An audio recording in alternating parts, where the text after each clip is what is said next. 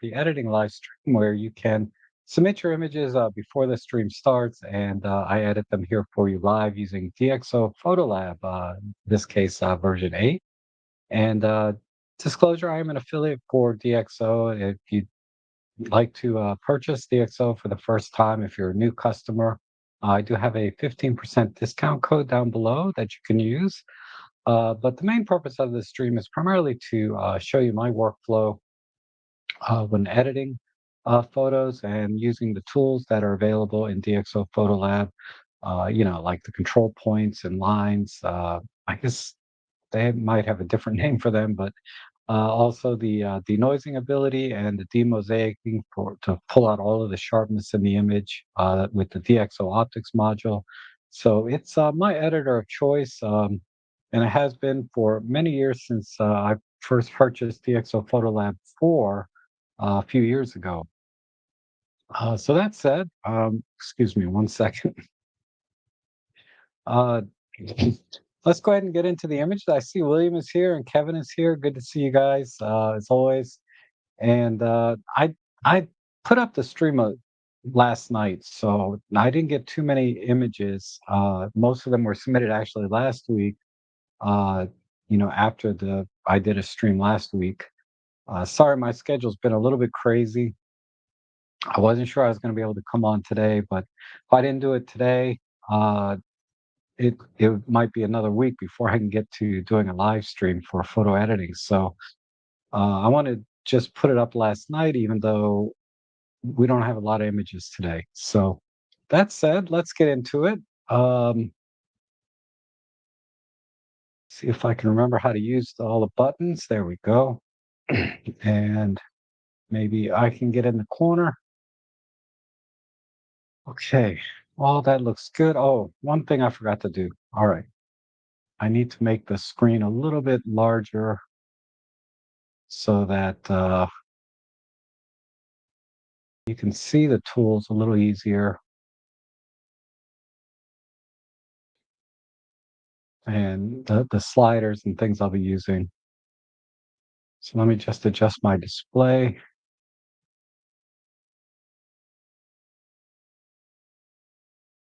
All right. There we go. Actually, I don't even need this panel too much. Let's start here. We have one here from Dimitri. Okay. Uh, let's see. So we have a staged event here. And from your perspective, you're kind of pointing up. So there's some, skewing issues. But just to walk you through what I do is typically I look at the composition and exposure, and I like to make those adjustments first, like a global exposure if it's too dark or too bright, not local adjustments. And then the composition, what do I need to keep in the frame, or maybe simplify by cropping in a little, things like that. Horizon straightening, just basic compositional thoughts. So the first thing I did notice was the skewing, and that's because of the position you're in. And the tricky thing is particularly when you have subjects that the human eye is very good at distinguishing, like humans, any kind of perspective corrections will be very, very obvious to the human eye. But I'm gonna do one real quick and see if it how bad it is. Okay, that's not bad. That's not bad. So I think I can live with that. So what's happening is there's a little bit of distortion here. So I'll just back it off a little bit, maybe like that. Um, so basically the heads were getting bigger than they should be. But I can just back it off a little bit down here. And in terms of composition, I want to try to center it right in here. So maybe even a square crop but I'm gonna stay with 4 by 3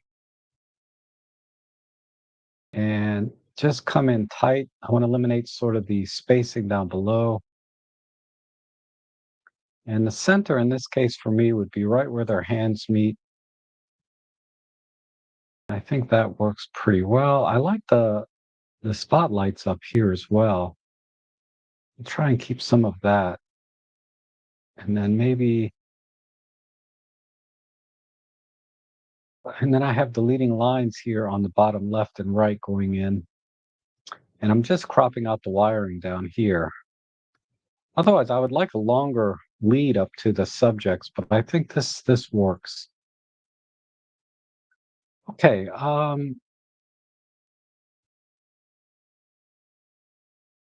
let's see. I didn't apply a basic preset first. Let me do that real quick. My basic preset is basically the optical corrections and denoising. So I'll just go back, apply this perspective correction, and then crop. So I'll center this right on their hands and then come up just above the wires and then expand this out up to the spotlights. I think that looks pretty good. Okay. I'm going to brush out these two little distracting lights here on the left and right. So let me just use a simple brush tool to make it a little smaller. There and here. Okay, good.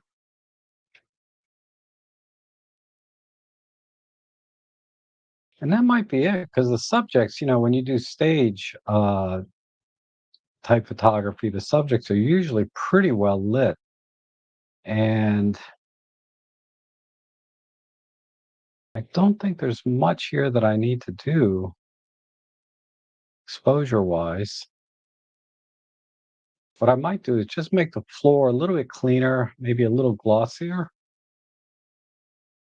So I will do a control line and just bring that up. And I'm going to put the dropper down sort of somewhere where it's a mid-tone like that. And then clear view is really good at making things kind of glossy. And then we'll do some micro contrast. Go the other way. Let's go a little bit stronger in the micro contrast and maybe a little more here. And let's pull the blacks in just to make the floor a little darker. I'm going to drag the shadows down as well, about half of what I did the blacks, and then half of that to the midtones. And the highlights are fine. So typically when I'm working with selective tones, I like to try to keep sort of a linear straight line here in either direction. Primarily, I think that looks the most natural when I'm making adjustments. Of course, there's always exceptions, but I think that works well most of the time. Okay, the highlights on the costumes here are a little bit bright, so I'm going to temper those a little bit, maybe with a control point, and I'm going to tighten up the chroma and luma mask, and I like to do these in very small increments, plus or minus 5. Again, just to kind of keep things kind of natural. And then I'm just going to pull the highlights down until that feels about right. Yeah, right about there. And then I'll do the midtones, about half of that. And then the shadows, about half of that. And I'll leave the blacks where they are. The only other thing is maybe the white balance. Again, that's something I normally do first, but the white balance is really good here, straight out of camera. But if I had to pick a white point, because there's a little bit too much red in the skin for me. So what I might do Uh, I'm in the color panel here. Maybe I'll just pull the reds back a little bit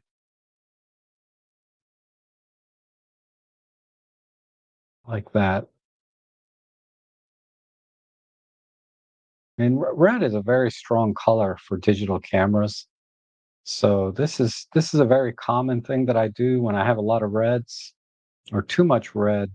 That I like to just desaturate it just a tiny bit. And okay, I think that's it. So we're at a very high ISO.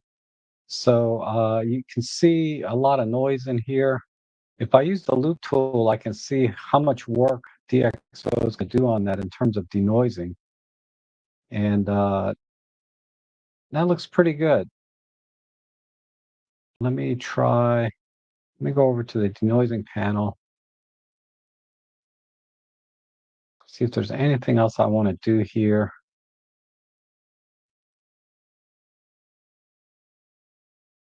I think we're okay. So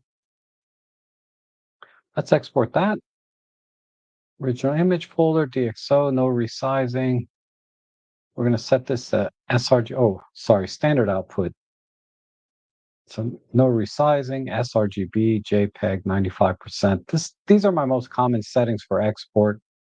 It's important you do make sure that if you're exporting JPEG, you want to make sure it's sRGB so that the colors look right across, the majority of displays that people use, computer monitors, phone screens, things like that.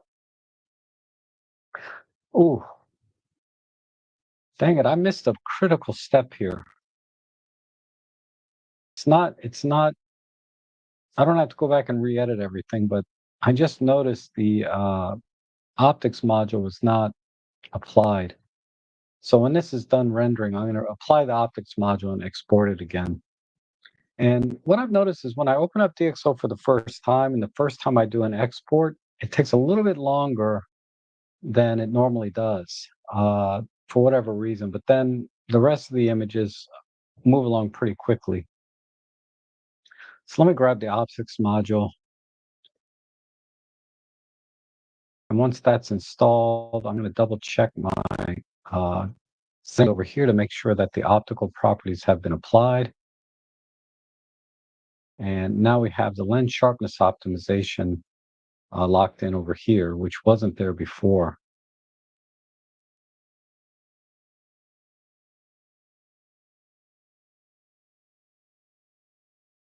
Okay. Wow, this is taking a little longer than normal. Normally, it just takes a few seconds for this to install. I should have rebooted my computer this morning. Okay, there we go.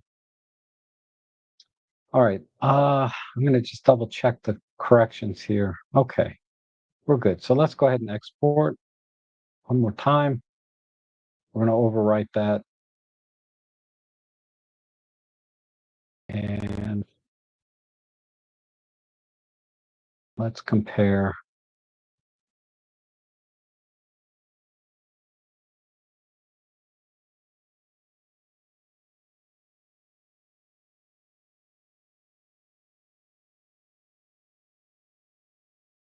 All right, very good. Um, so that should be here. Where did it go when I exported this? Oh, dang it. I didn't export to the original folder. One more time. Okay, should be faster now. I'm sorry. The first one I'm stumbling a little bit with some of the logistics, but going forward will be okay.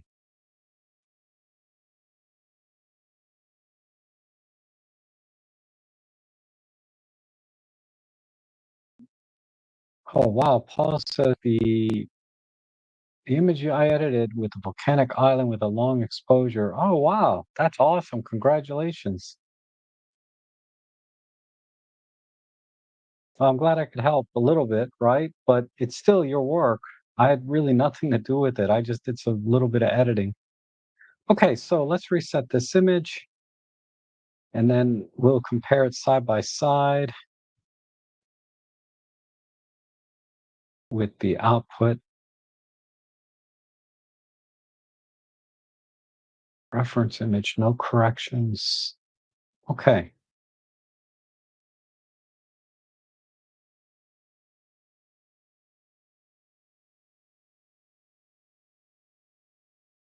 What am I doing wrong here? We have this as a reference. We're going to compare it with the output here.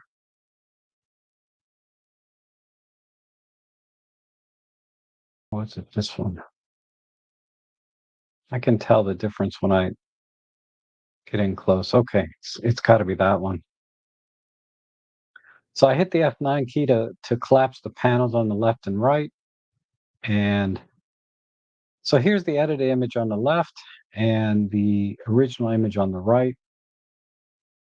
So I think that's a little better in terms of the perspective and just centering the image, I think is really the biggest thing. And then not having these wires here in the foreground helps a lot. Tempering the highlights just a little bit and then desaturating the reds. It's most obvious here on the dress and here, but mainly it was in the skin tones. I felt like they were just a little bit too red over here when I punched in. And if we come all the way in, we can see the denoising that was done.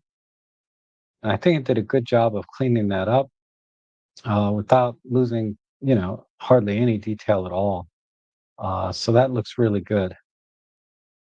Tiny bit of motion blur in this shot, and that's to be expected. Really, the only way to get rid of motion blur when you're doing stage work is you have to use flash. And that's sort of, you know, is not possible most of the time. But I've done events similar to this where I was able to use flash and they came out a lot better. There was no motion blur at all, and I was able to keep my ISOs low, things like that. But in this scenario, I think did a good job. All right, let's go to the next one. And you hit the F9 key to go back. All right, so this is pretty straightforward. So I'm going to apply the optics module or my basic preset. And I know I'm going to crop this square. So I have a default here for 1 by 1. And I'm just going to center the image like so. And I think with this image, I want to sort of really make it pop, right? So I'm going to saturate the colors a little bit more and also pump up the contrast. So I'm going to do that very selectively, though. Let's work with the exposure just a bit first. And just pull the blacks in like this. And then we'll do the shadows, about half of that and half of that. And highlights right in there. Okay. I think that looks good. And then let's go to the colors. Maybe I'll do these with a local adjustment, but let's saturate or add some vibrancy first. Vibrancy basically tries to pull the weaker colors without oversaturating the stronger colors. I think that's about right. That looks good. This is all very subjective. Okay.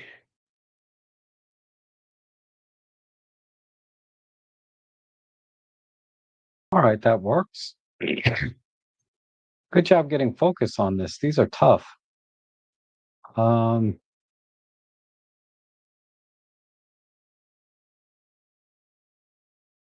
and then maybe just add a vignette. So I'll take a control point, put that in the center, expand that out. And this is the manual way to do vignettes.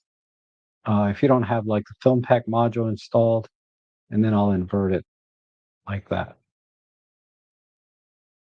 And then to add the vignette, I'll just pull the exposure Just pull that exposure down a bit.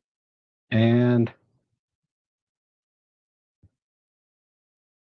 I think that's it. Maybe there's one little spot here that I'll just soften up a bit with a healing brush.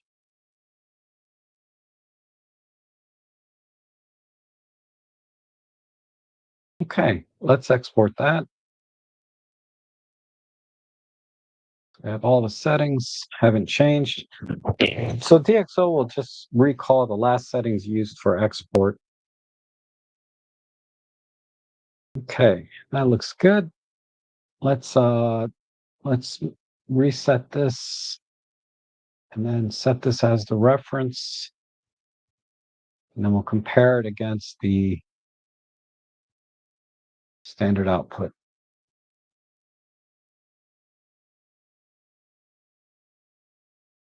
All right, so here's the original, just a little bit off center. Uh, and going to a square crop. It's kind of interesting. I'm feeling like I should maybe make a little bit of a glow around this globe as well. If I can do that somehow, maybe not. I think the way it is just fine. Um,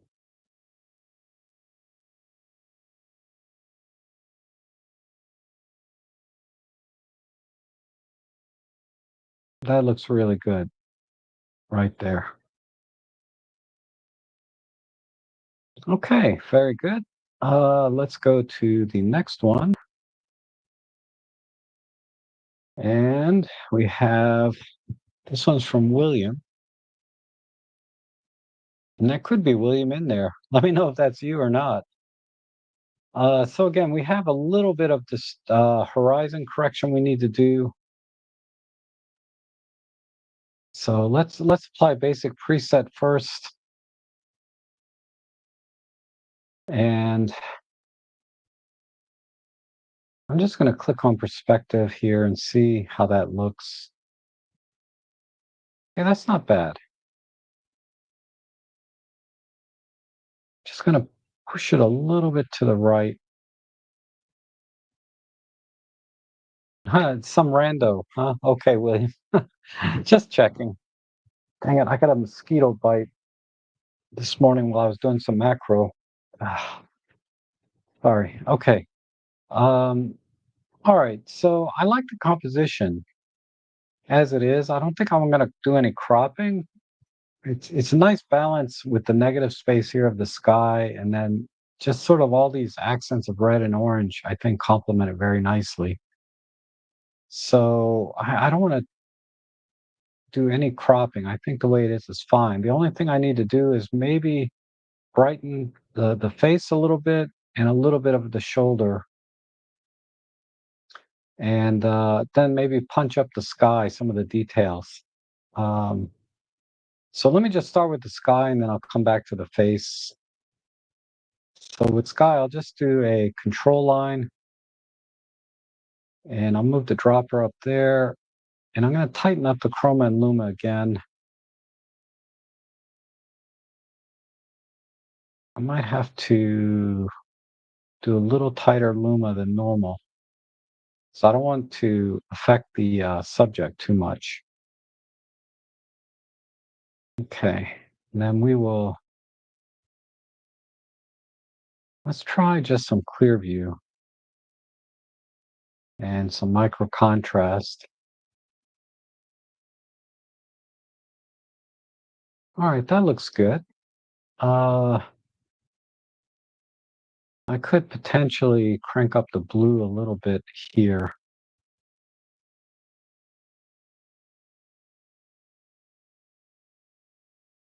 And pull it in. Okay. All right, I think I'll just brighten up the face a little bit. Uh,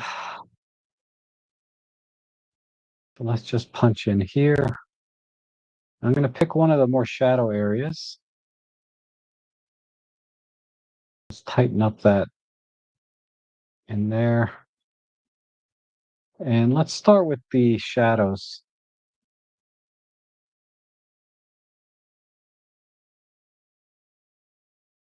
until it looks just about right. Okay, and then we'll work on the midtone. And I may or may not need to push the highlights. Yeah, a little bit.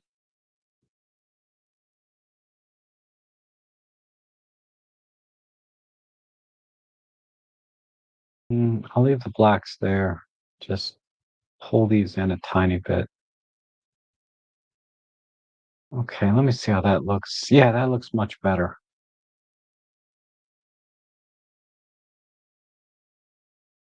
Okay, the jacket itself, let me make a new control point. We'll just give that a little bit of a push. We'll do a linear push exposure only,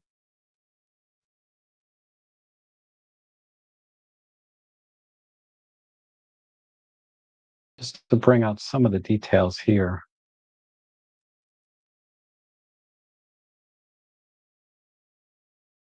I'm going to add a little bit of clear view and desaturate it. Well, let's warm it up a tiny bit because I'm starting to see a little bit of coolness from the shadow. Just warm that spot a little bit more. We'll put one more here. Bring that in. Okay.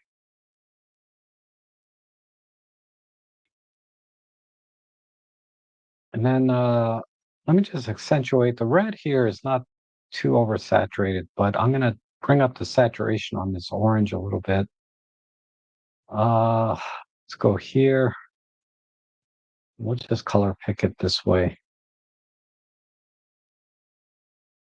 Hopefully I don't mess up the skin tones a little bit. If I do, I'll probably have to go back with a local adjustment. Yeah. We'll just give a little bit of a push.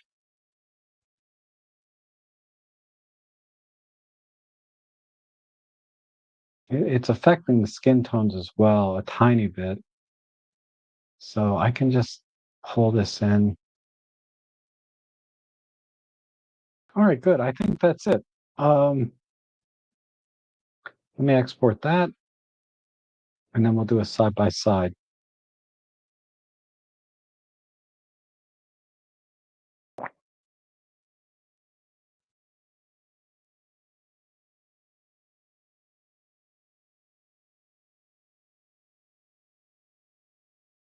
Okay, very good.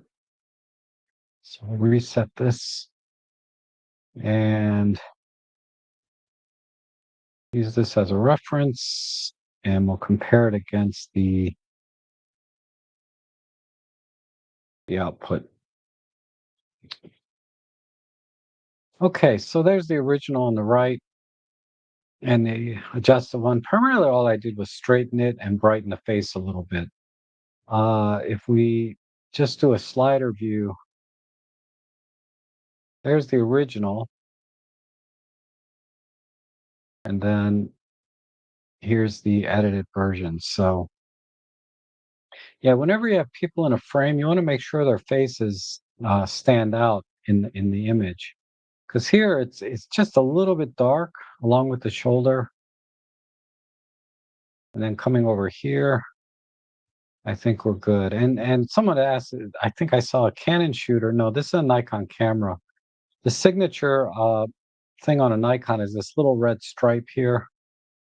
That's definitely a Nikon. Okay, very good. So I think that came out pretty well. So there's the original, and then here's the edited one, and side by side. Not much difference. It's very subtle, but I think we took sort of a raw image and just processed it, I think, the way it should be without, any major changes.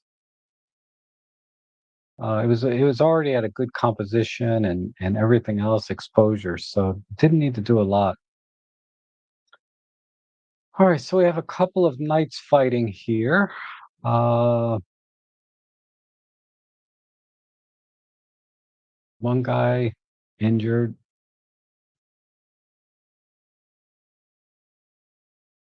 Let me think here. Let me apply basic preset first. Because the challenge I'm having is we can't see really any of the faces of the knights.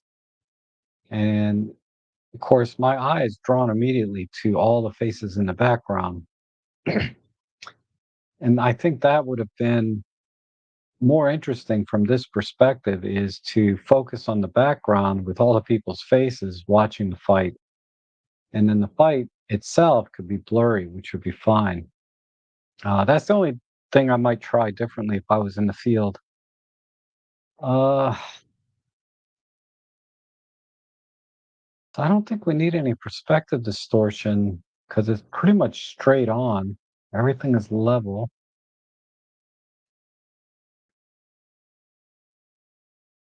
Trying to think, how can I best tell the story here?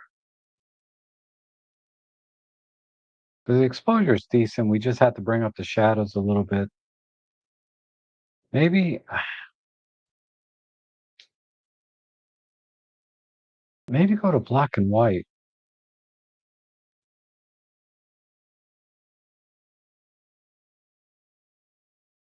because the reds are always going to be dark, so they're not going to get washed out going to black and white. I think I'll go to black and white. That'll sort of minimize the background a little bit. Because as it was with the color, the black and white was, I'm sorry, the color was very, very distracting and drawing my eye away from the center, which is in focus. Um, but now my eye focuses more here. And then all I have to do is maybe vignette sort of the background so that there's more light here in the center and maybe even do a vertical crop. Let me think here. If I do this, of course, I kind of like this guy on the ground. Let's try 5 by 4 ain't gonna cut it. 1 by 1 may not even be enough. Oh, that's just enough.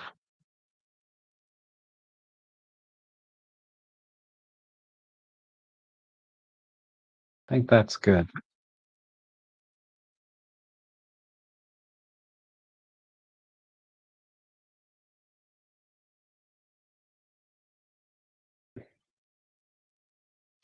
I don't like I don't like how tight it is over here and here, but I think we're good.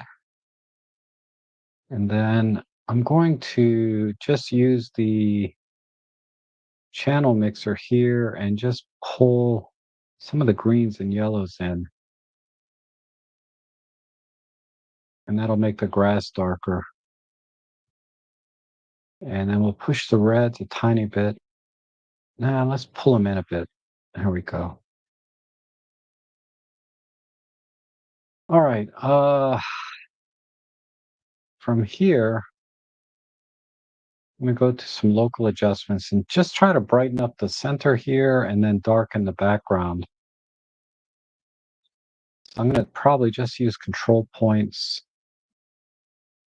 and let's push the shadows a bit.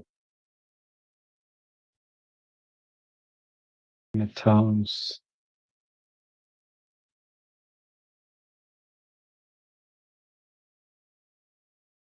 Ooh, I like these helmets. So I'm gonna do something with all the metal work here separately. We'll do a new control point on mostly the metal.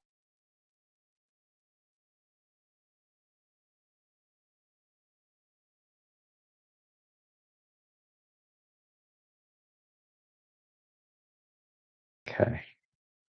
Gonna make this shinier. So I'm gonna push the highlights and midtones, and then also push the clear view and micro contrast just to make that metal look shinier.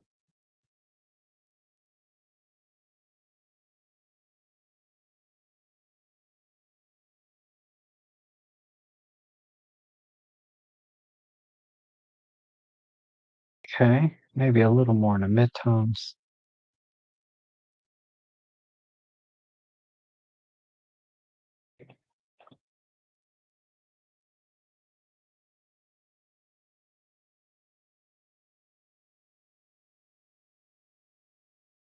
Just drop a few more.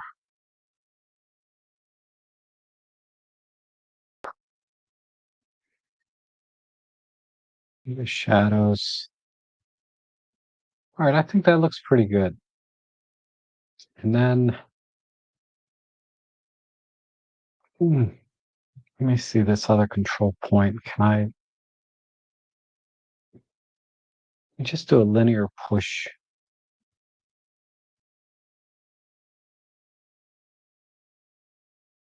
like so?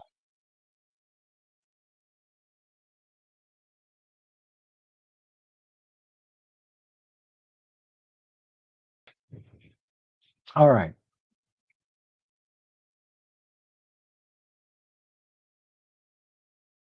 Now I know it doesn't look great right now because of this linear push, but what I'm going to do is go back to the global setting here and just pull the entire exposure down.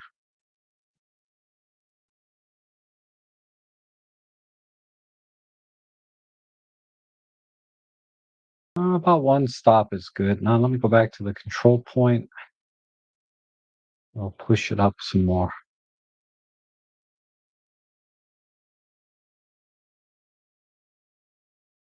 And I'm going to add some micro contrast, a little bit of regular contrast. Then let's,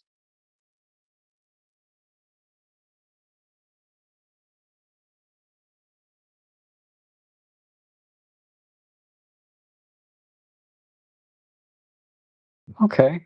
Um,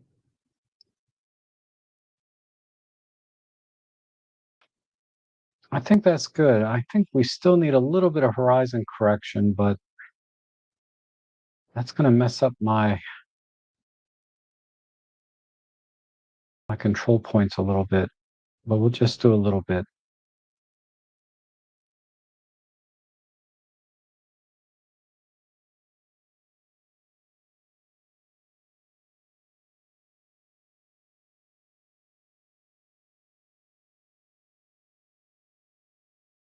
All right, let me just do a quick. Okay, this control point's a little bit off.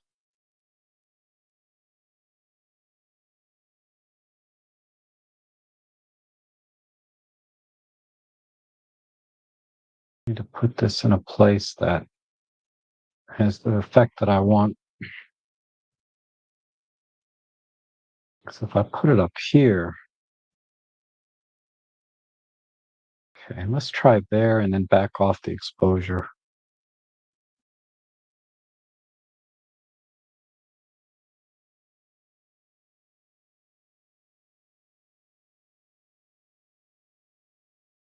All right, good. And then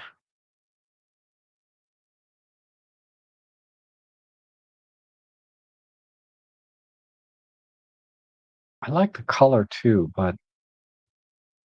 since I committed to black and white early on, I'm going to stay with it. Let's go with that. So we're going to export that.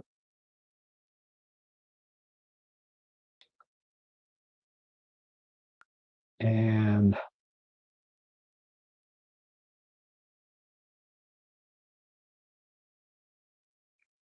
let's go ahead and compare to, let me reset it, and then we'll compare it to the output.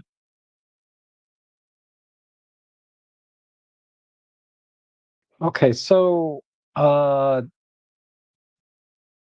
yeah, everything I said about this image, the knights here fighting are blending in with the background a little bit too much. And all of the people in the background are a little distracting in the sense that, they're looking at the knights, but they're looking in our direction, at least for me. So I think this edit here, let's do a slider. This edit here definitely brings the light front and center on the subjects, and then the background just is dimmed down to a point that they're not quite as distracting.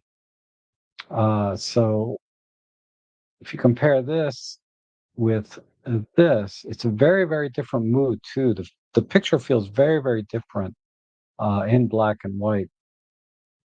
But I think this works better overall with respect to the composition and lighting, going to a black and white so that the subjects here stand out much better than they did uh, when when they were all in color.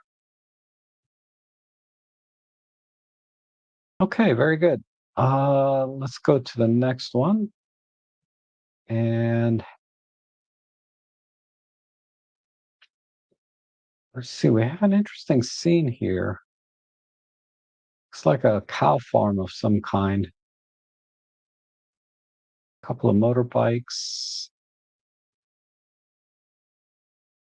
Looks like some pigeons up here. A lot of interesting details in here that I'd like to keep.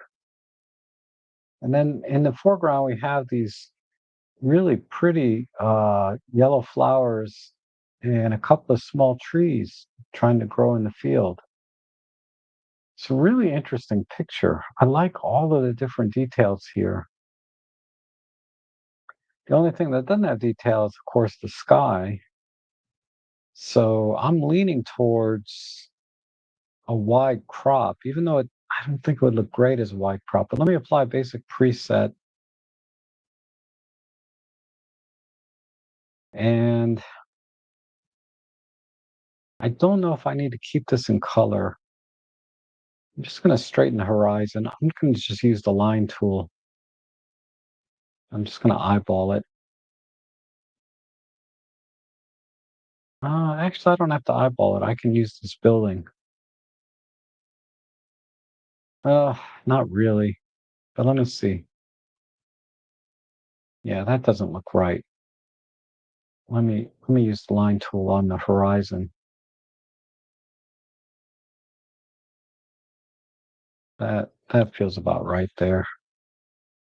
Okay, that feels better. The problem with using this line here with as a horizon tool is since the building's at an angle or moving away from the camera, it's going to tend to angle in an upward direction anyway. So you really can't use it as a level, almost, but not quite. All right, let me just see what a wide crop looks on this. Okay, that's interesting. I don't think we need too much stuff on the left side. There's not much there. And see if I can balance the foreground and midground here.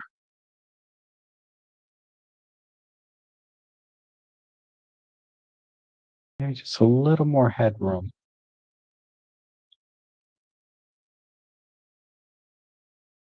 Okay, I like that. I'm questioning this area here. That's okay. Now, the image overall is a little bit soft. Uh, Not soft, but low contrast. The details are there. It's just a little bit low contrast. So the question is, um, let me just eyeball a black and white.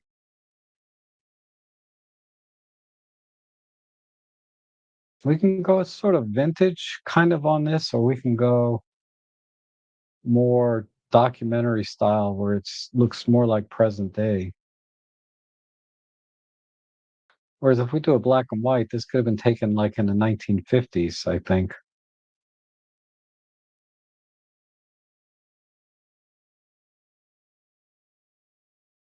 Yeah, if the colors were stronger here, the blues and the reds and these reds and browns in here, I definitely go with let me just oversaturate for a second. Just want to see I just want to see the colors. I do like this red bike right here. And there's a blue and a blue here.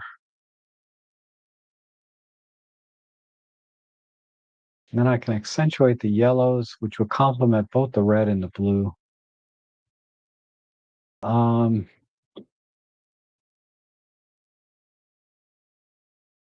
I can separate the tones between the building and yeah, because the image is just a bit low contrast. I'm not sure why. Maybe it was a really hazy day.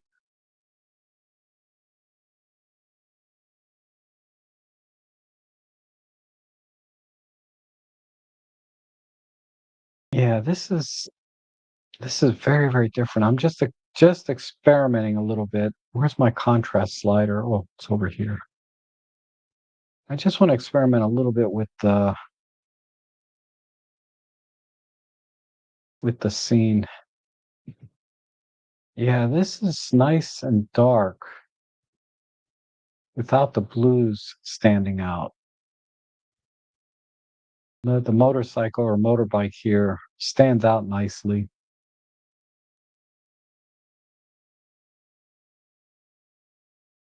Let me go back to color.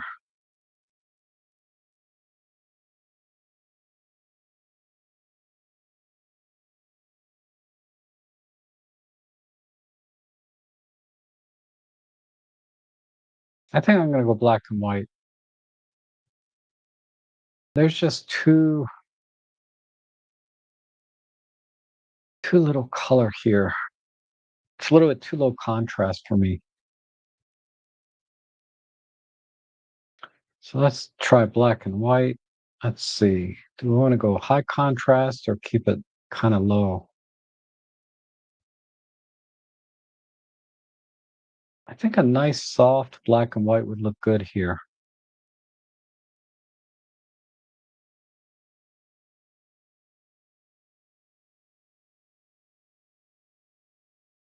So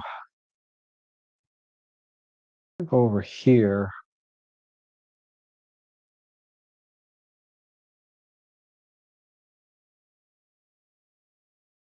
Yeah, I think softer black and white looks good. Let me turn off this contrast.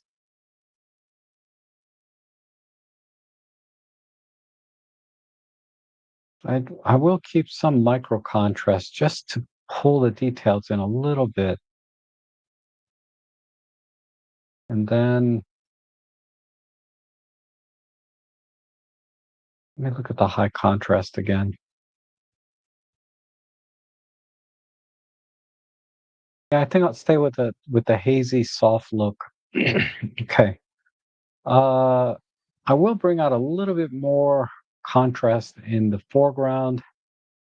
I might be able to do that with just the channel mixer on the yellows.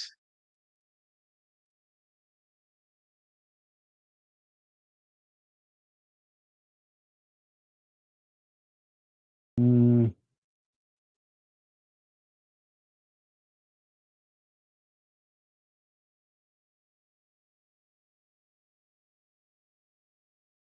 let's try a control line with some contrast. I just want to emphasize the separation between the grass and the flowers in here. So I can probably just do that with some micro contrast and a little bit of a push to the highlights.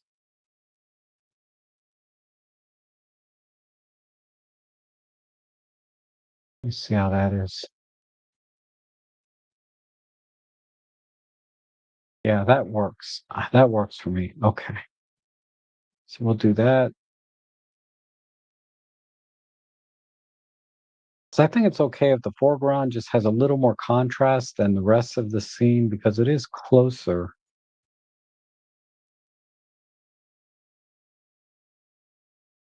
Okay, and then uh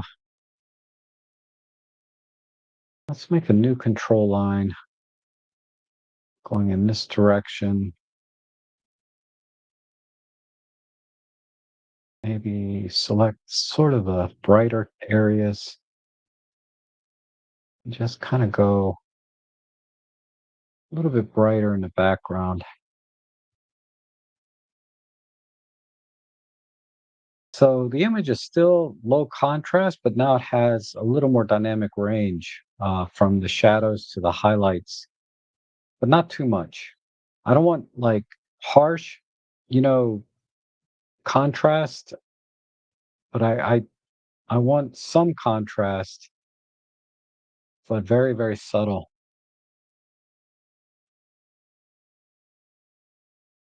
Push the midtones a bit in the shadows just to keep things linear. There we go. So I think, yeah, that works. All right, so I'm gonna go with that. Let's export that,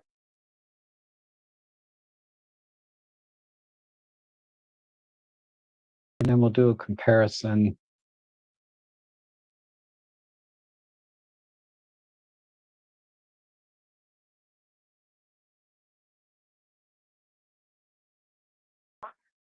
With the original, reset.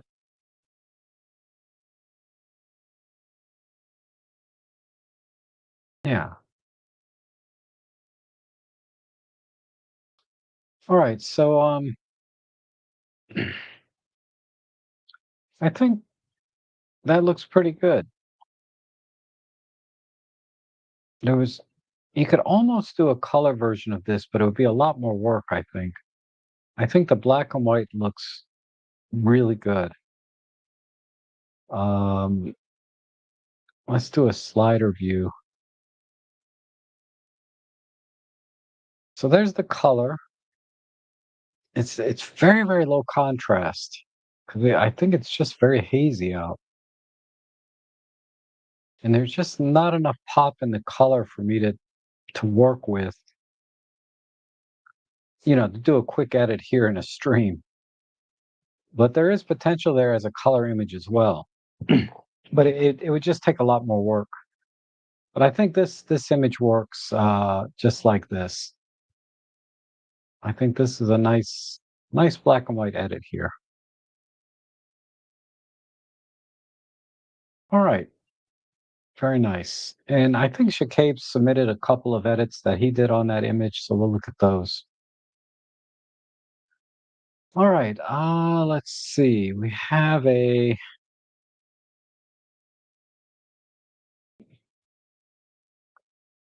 uh, sort of a landscape and a vertical.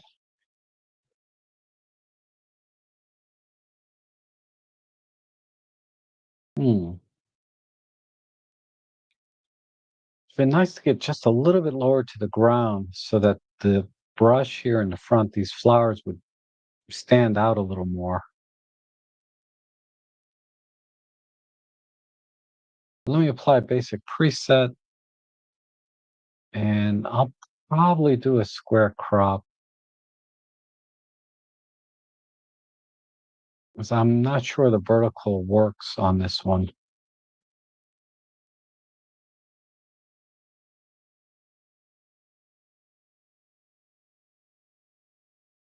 Hmm.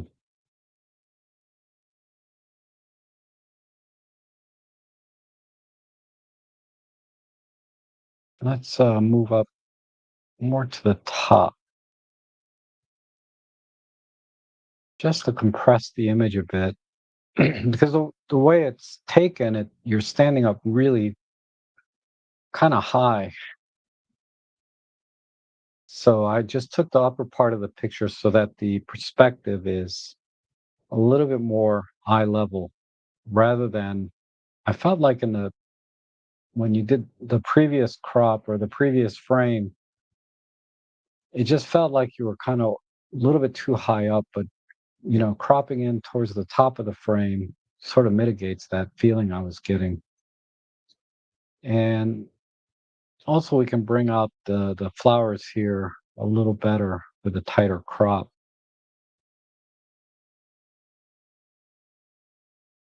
In fact, what if I just totally committed to this idea and not use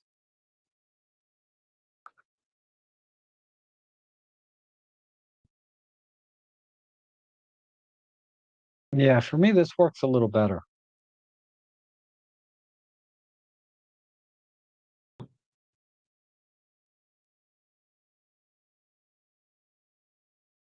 Yeah, I think this works a little better, horizontal.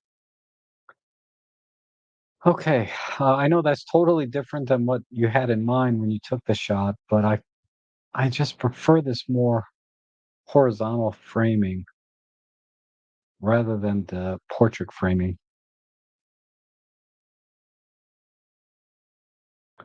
Okay, so let's work on the colors because black and white will definitely be, yeah, ugly.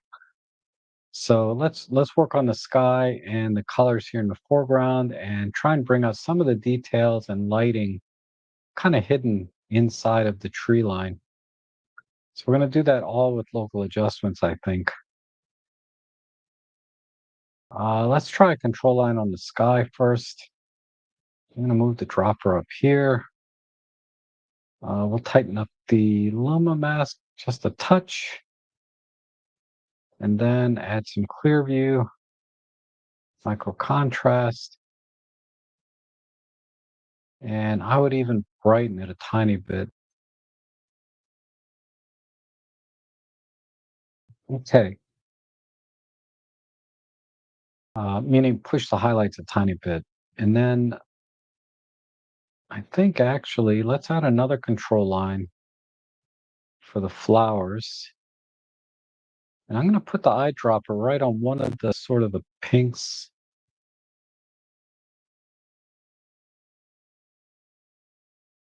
until it mess just mostly the pink flowers.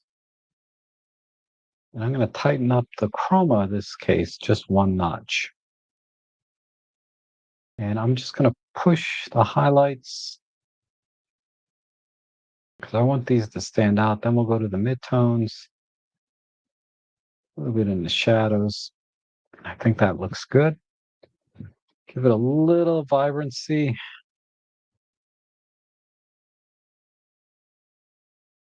Stand out more there.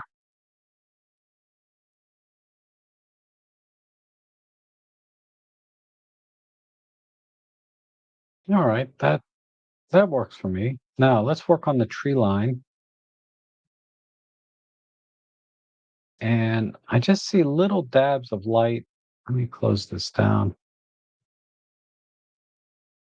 I just see little dabs of light in here that I want to bring out. So let me push the highlights, midtones, shadow. There we go. Push the highlights a little more. And I'm going to add a tiny bit of warmth here, a 500 Kelvin. And some, let's try clear view.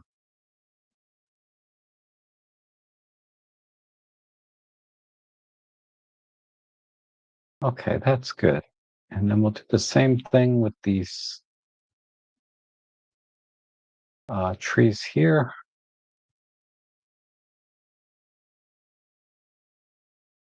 Might have to make a separate control point because that's a little bit too strong. Yeah, let me make a new control point. This area is just so dark. I don't know if I can use it anywhere else. Yeah, I'm gonna make a new control point. It kind of works over here though. I'll leave that one there, spread it out.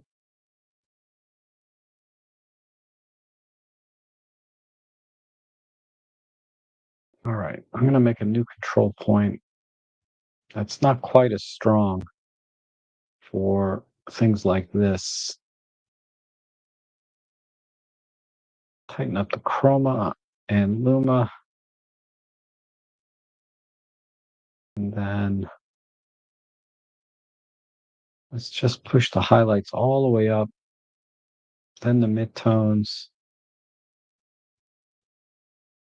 tiny bit of shadow. All right, that's good. And I think I can reuse this in a couple other places. Yeah, it's looking good. And in here, a little bit down there.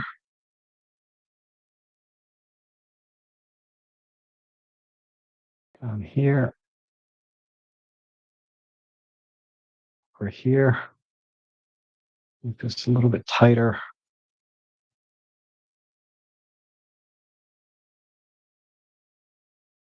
Not that one. Maybe on the top of the tree here. And the top here. Those are too strong. I might need another control point. But I really just wanted to emphasize some of the tree trunks. Um,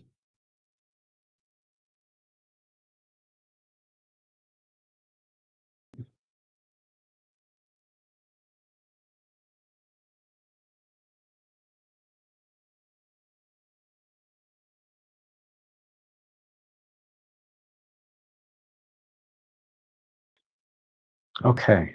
And then a little bit for the tops of the trees.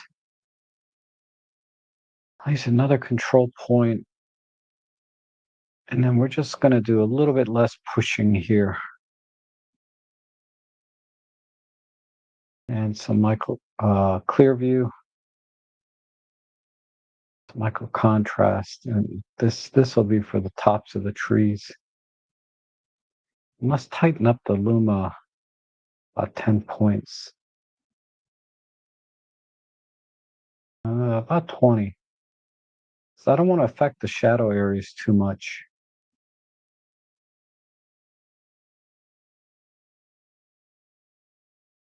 Mm, maybe a dab here.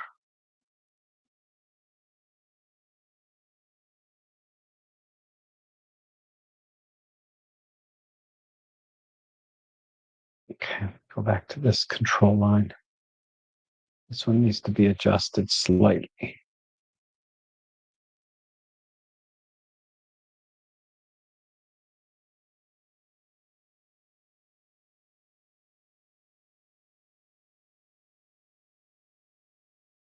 All right. Let me just do a quick.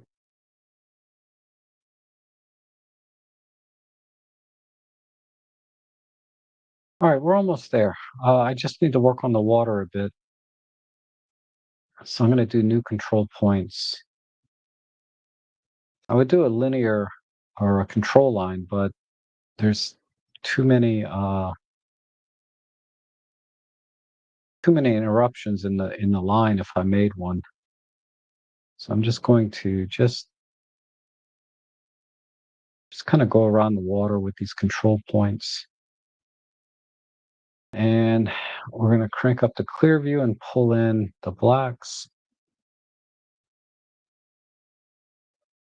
Okay. I'm going to definitely have to make these smaller.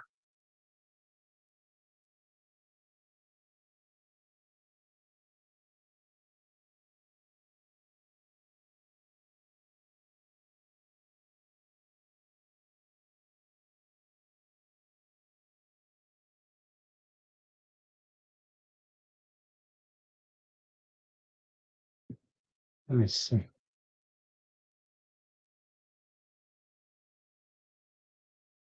All right. A little bit of a pull, but this time I want the contrast to be higher. So I'm going to push the linear. This needs to be softer. Maybe, mm, yeah, let me tighten up the luma on this quite a bit. Okay.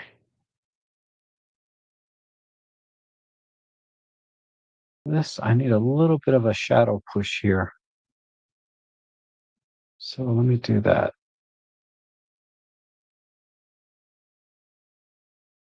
Mm, Not enough. Just make a new one.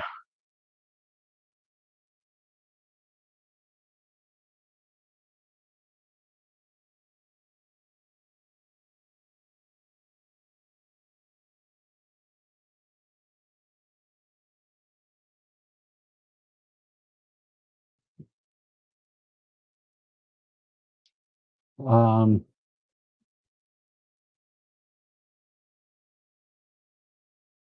go back to the water. Just need a couple of more points.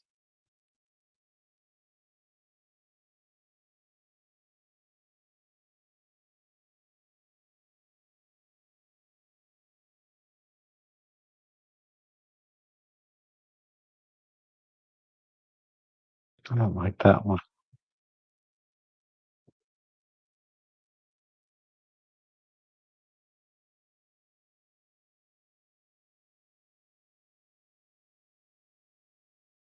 All right. This control line, actually, I'm going to back off the Luma.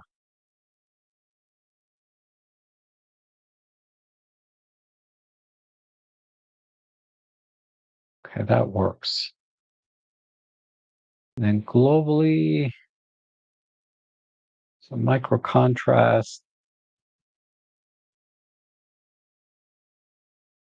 maybe just a little push.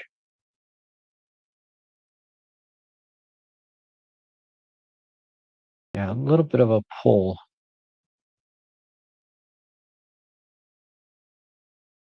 And let's go back to, let's just give it a little extra push on all these control points.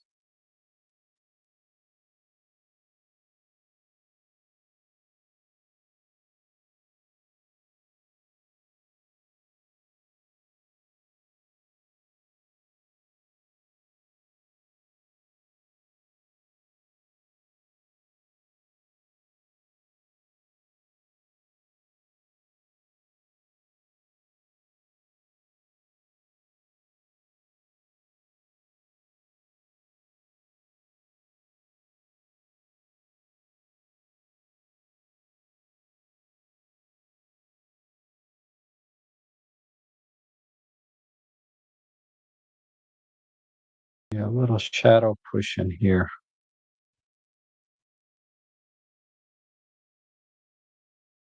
All right, I'm going to call it there. So this one control point's a little bit too bright. Let me see. This one, I'm just going to back it off a little bit. Okay, let's export this.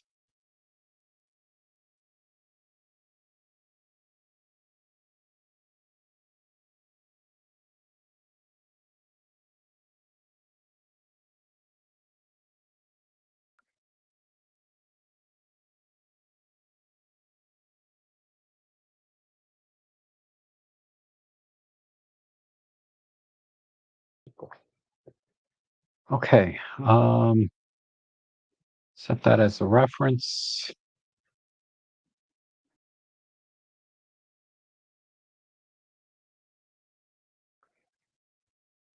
Let's reset it and compare it against the output.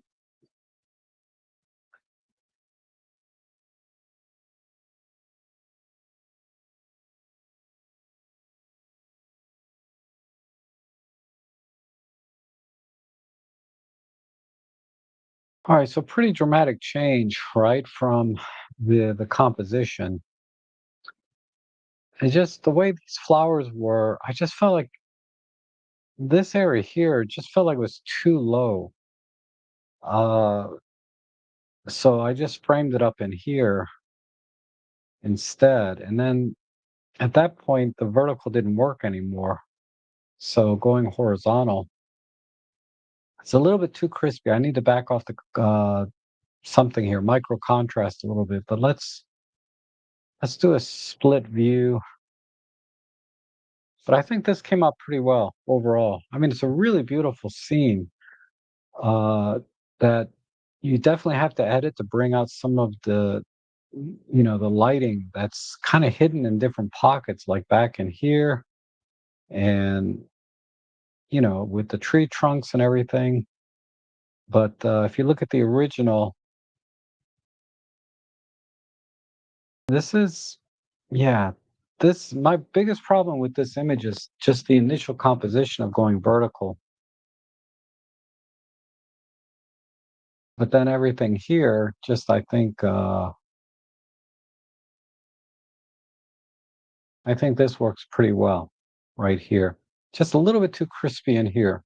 So I would go back and just reduce the micro contrast. But other than that, I think this came out pretty well. It's a little bit on the cool side, so just a slight warmth and white balance would be appropriate, I think. Um, but yeah, other than that, that's about 90% there. Yeah, here's what I would do is just give it a little bit of warmth like that. And I think that looks better. Okay. I think I'm on the last one here. Oh, last couple, so two more. Okay. Let's see. Here's one from Paul. So let me just apply a basic preset, and we definitely have some distortion or geometry problems. So I'm just going to click on auto there. I didn't quite fix it. Let me just back it off a little. It's interesting. This building looks slanted right. This looks straight to me. Okay, let's go with that.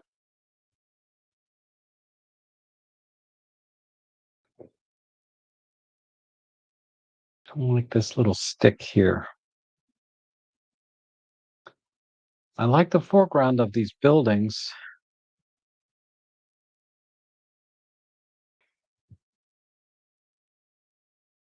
So I don't want to, I mean, normally a wide crop would look good on this, but I really like this hill leading up to the castle or house, whatever this is, and these smaller buildings down here.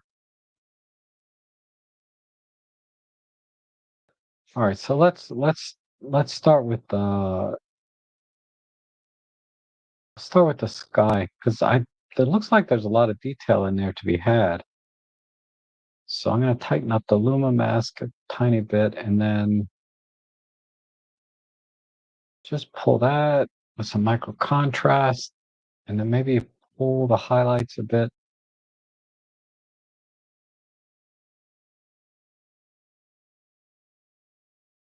Okay, that looks good. We could probably even give it a little vibrancy because there's some color in there. Yeah.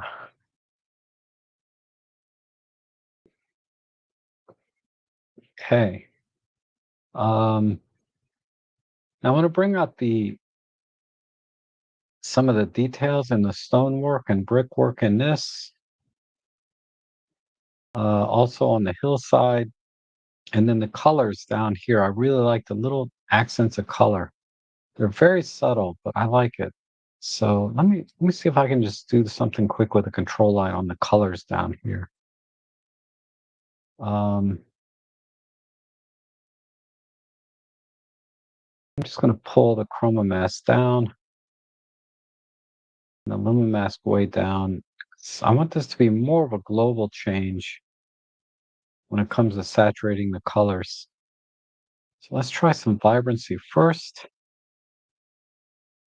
and then let's go to saturation. There we go.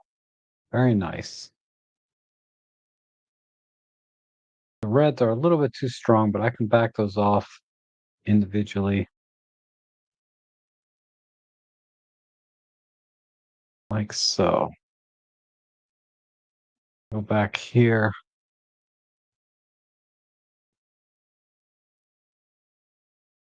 and maybe push the greens bit more.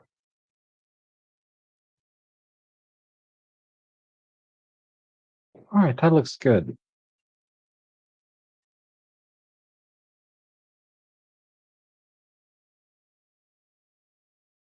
A little bit too strong. Okay, good.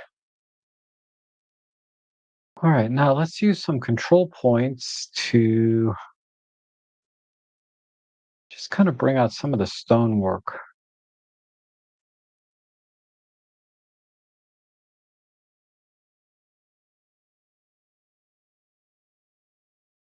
in the various buildings. We'll tighten up the chroma in this case, and just a little bit less on the luma there, and some micro contrast. Maybe a little bit of clear view, and let's push the highlights,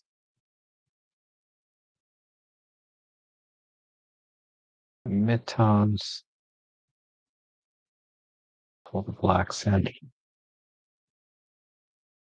All right, that looks good. Let's see if we can bring out some more detail here on this hillside, just like we did for the brickwork. But let's start with these tones in here. Let's tighten up the chroma.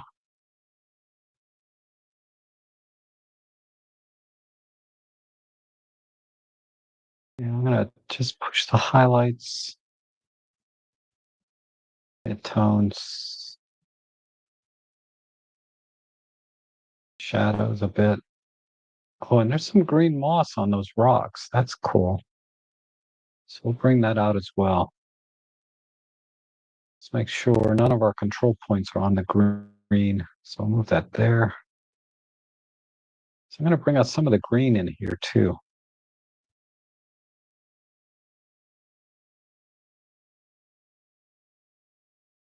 We'll get a new control point, and let's just work on some of the greens.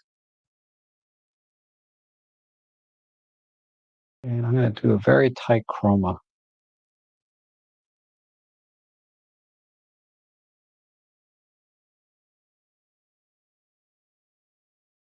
Let me see where there's a green right there. Nice green right there. And there's a little bit of a green right in here. Okay, tighter chroma.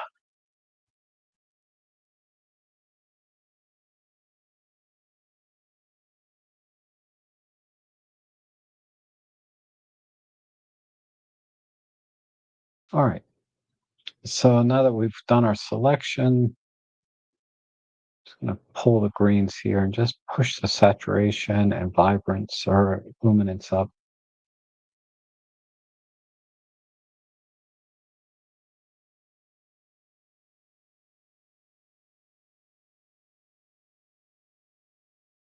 Okay, that looks good. Um, Now the white balance, it is very, very cool, but I think I can adjust this globally. So I'm just going to pull a little bit off the greens and a little bit off the blues.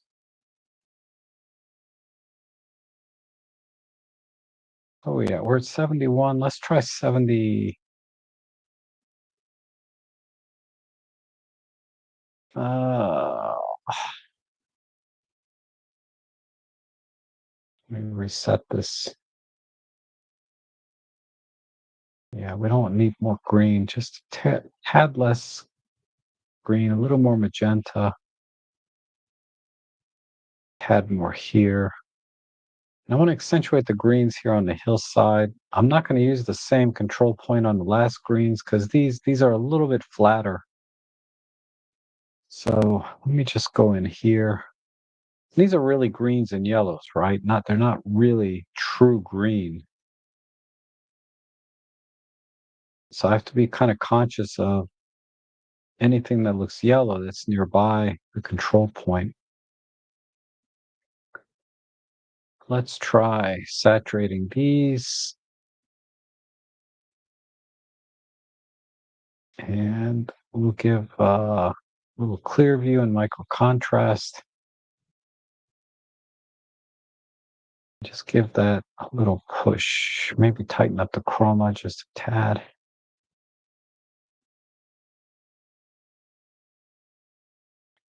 All right, I think that's it. Uh, maybe a little bit of a highlight on the flag here. So we will just do a new control point and just touch on the flag. A little tighter on the luma. And then let's just do a linear push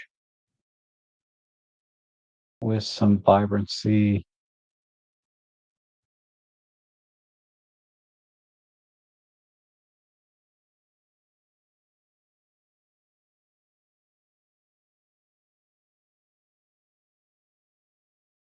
All right, I think we're in the direction I want to go. Okay, I'm going to call it there. So let me export that.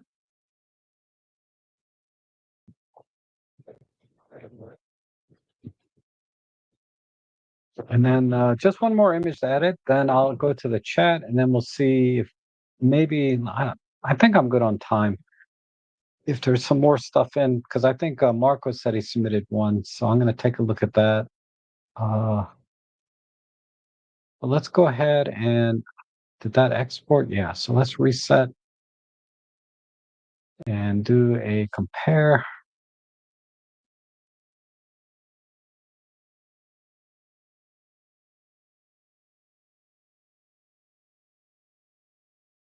With the output. All right, so here's the original on the right and my edit here on the left. So yeah, just bringing out some of the details of the stonework, lots of contrast, and the individual colors and separating those. Uh, just pulling those out of the image. Because here you can see it's very, very soft here in the greens, but over here the greens and yellows really stand out now. And then of course the foreground here with the reds stand out a little more than they do here. And then all of the details in the castle and the rocks here, I really wanted to emphasize those as well. And then just pulling in the sky a little bit with some of its color. So I think that came out nice, and a little bit of a perspective correction. As you saw, I had to back it off a little bit, but uh, there's the before, and then here's the after. And if I wanted to spend a lot more time editing this, I would definitely start to work on, say, these individual windows. Uh, maybe make them glow a little bit, and some of the pillars here on top, give them a little bit of a shine. But this is about 90% there. It just needs a little bit of fine detail work and a little bit of polish. But I think the composition and everything is looks good to me. I feel it's very balanced, and the 4:3 crop works just right for this particular image. All right. So thank you, Paul, for sending that one. And I have one here. Kayaker. Okay. So this one will be pretty straightforward. All we have to do is just apply basic preset, then brighten the face a little bit. It's slightly underexposed. I think the intent is to maintain the details and the highlights. So I'm going to go ahead and bring the exposure up to what I think it should be. In fact, yeah, minus 0.7 was dialed in. So clearly, so I dialed in a plus 0.7 just by eye. But now that looks right. So all I have to do is just do like I did on one of the earlier images, is select the shadow point in the face and then push the shadows up.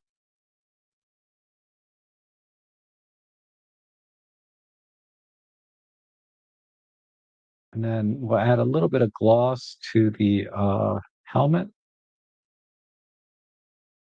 with a clear view and micro contrast. Maybe just a little.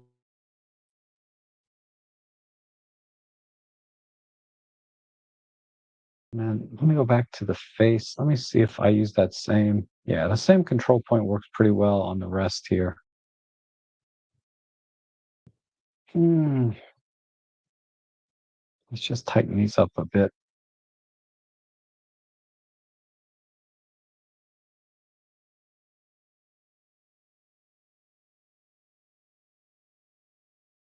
All right.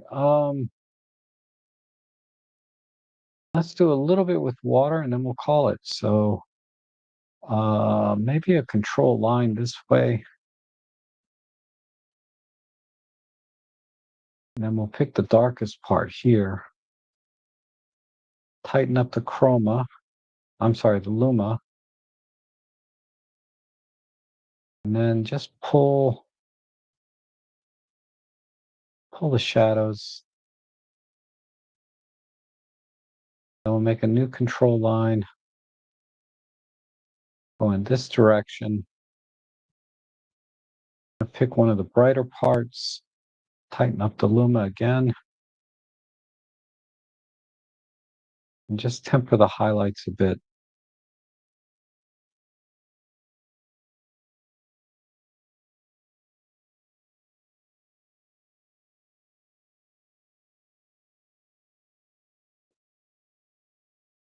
Let me go back to this other control line. Yeah, I don't want to go too far. Right in there.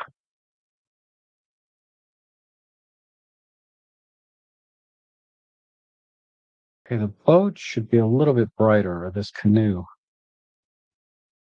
So let's see if we can do that. We'll do a linear push.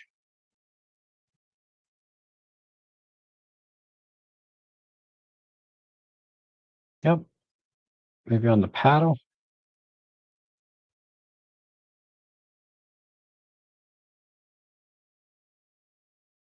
Okay, so let's export that.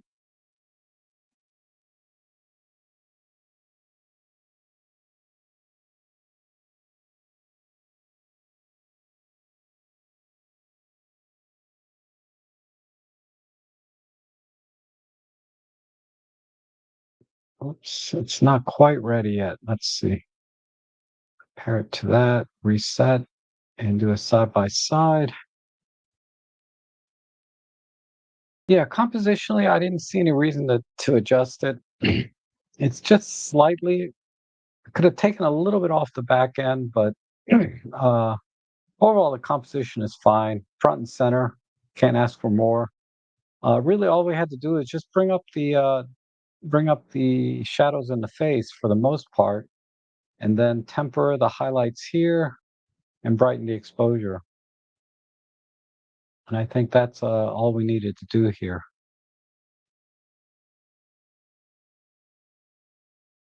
So there we go.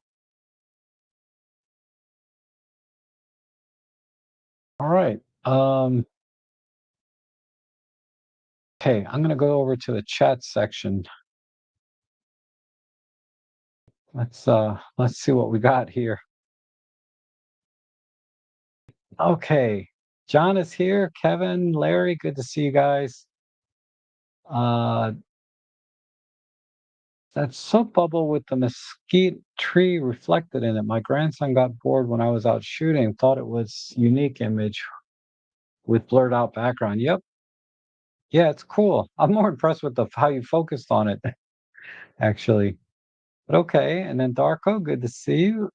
Uh, just posted an image for you in RAW in my JPEG processing take. Okay, I'll take a look.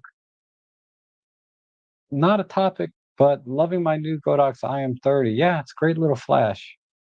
I've updated to the IT30 because it has a lithium-ion battery, so it has a little faster recycle times. But the IM30 is a great budget option because it's like half the price of an IT30, right? And it produces the same light. And Dark says, we're in Winnipeg, Canada, having new member in our Facebook group doing deep sky astro shots. Really cool, Rob. Can you do editing stream for astro editing? I need to learn. Deep sky astro is a whole different ball wax. Okay, that's typically you're stacking, a hundred, if not hundreds of images together, it's not something that can be done in a stream. Really, you need to watch a tutorial on it. And I'm not really an expert at it. I can do it, but it would be hard for me to make a competent tutorial on deep sky astrophotography photo editing. There's plenty of people out there that do it much better than I do. So yeah, I don't think I would do an astro editing stream. If they're single shot, like Milky Way type wide field astro shots, sure, I can edit those here in the stream, but not deep sky. Deep sky is always going to be hundreds of images, and it's not a straightforward thing. Just got back from an air show. Might have a shot for you next week. Cool. Okay. Um, Gosh, we got some air shows coming up next month that I'm going to go to. One here just a mile from my house. I may not even need to go to the air show because I fly right over my house. I'm only a mile from the air base. Um, so Rob, what would you consider the most important difference between using DxO compared to Lightroom? I'm only using Lightroom now, and I wonder if this would help my work. Does DxO do healing, clone out dust? Not for dust specifically, no. And but it does have a healing and cloning tool, which you just use a brush, and you can adjust the opacity of the brush, but it's very unsophisticated cloning and healing, relatively speaking, to Lightroom. Lightroom, I think they added AI dust removal and some other things. Lightroom is, doing a pretty good job with the AI type tool. DxO is, they use most of their AI work is done in the denoising and also with their optics modules, the pulling out the most detail possible between a camera and lens combination. So ultimately, the raw image processed is really clean. I think better than Lightroom can do. So a good option for you, I think, is to get DxO Pure Raw uh, and or pre-process the raw images in Pure Raw, and then do all of your editing, like dust removal and whatever AI stuff they have in Lightroom. That's probably the best approach in your case is Pure Raw rather than getting the whole Photolab suite because the tools there are relatively simple, right? Brush, clone, luminosity, chroma masking, very straightforward tools.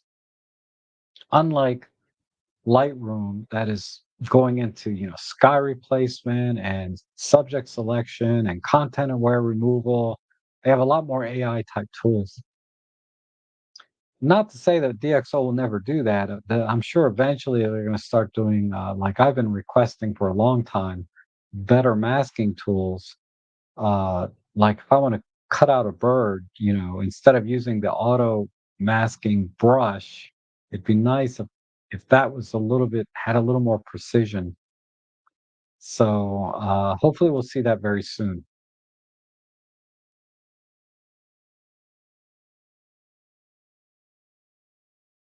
Uh, Make it look like a painting. Gosh, I don't even remember what image we were on.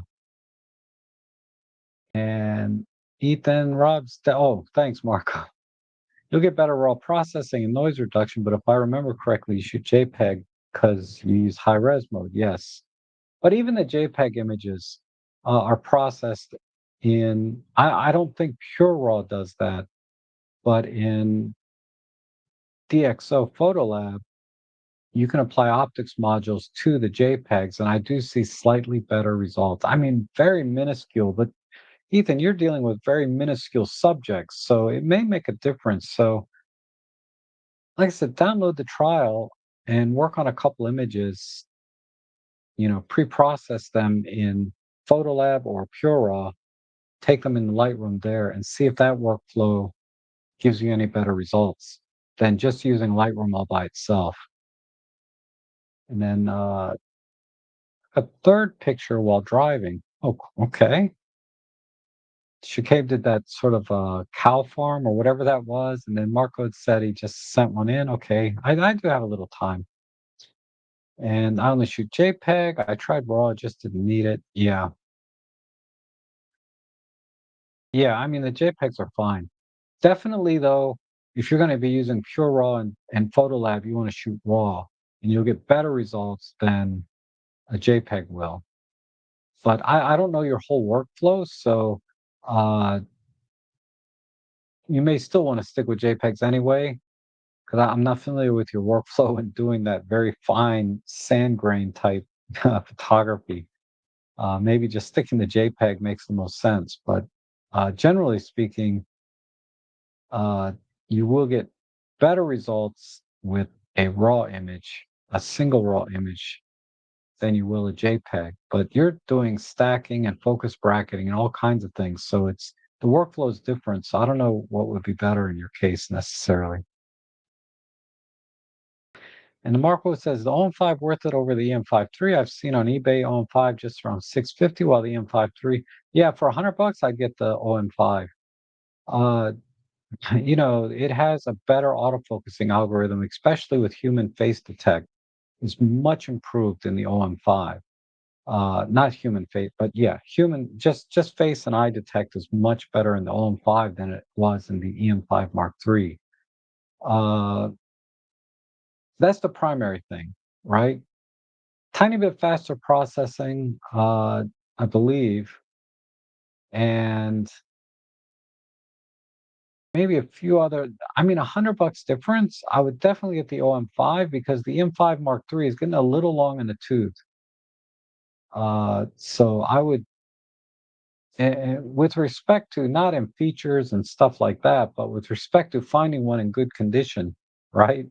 You'll probably find an OM5 in better condition than you will an EM5 Mark III. And you're only going to pay $100 more, and you're going to get more features. So I would definitely go OM5.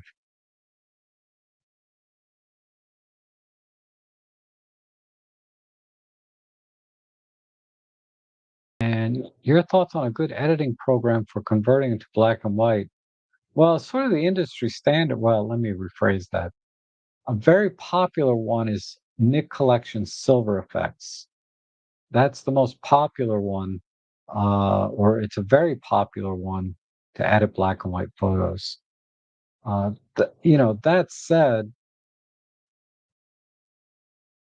I typically edit my black and whites just using Photolab, and I get a little more control, or I have all the control, right? Basically, versus something like Silver Effects, they have a ton of presets and additional controls to manage black and white photos.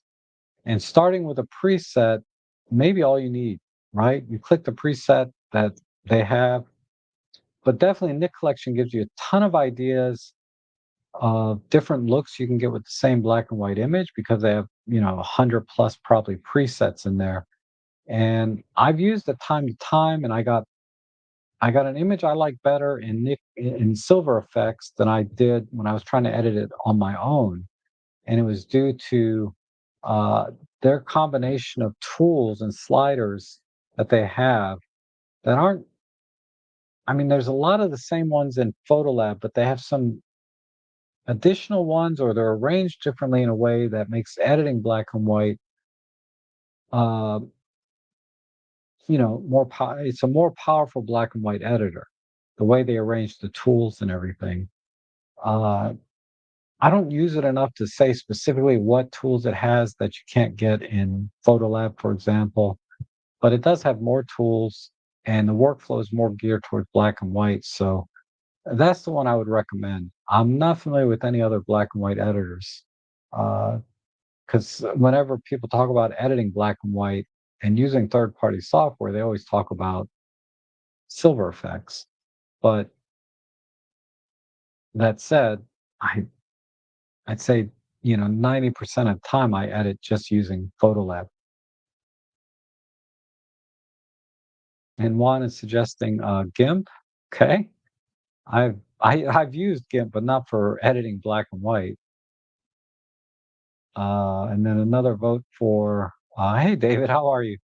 We'll see you tomorrow morning at Huntley, actually. And Rob, have you ever used Boris FS Optics software? I have not. I'm not familiar with that. I assume it's like an optics module, similar to the optics module in DxO. And Henning says, I'm late. What did I miss? Did you edit my infrared today? I did not see an infrared photo. Boris FX Optics. No, I have not. Yeah. Now, I've heard of Boris Special Effects back in the day when I was using some video editor program from Corel. So, but I haven't used the Boris FX Optics. With RAW, you take different moods out of one raw pick. Yes. Because of the flexibility of the raw file, right? In terms of data. All right. So let me take a quick 1 minute break here. And then I'm going to download whatever new photos came in. And we'll just continue editing, whatever came in. So let me just take a quick break here and I'll be right back.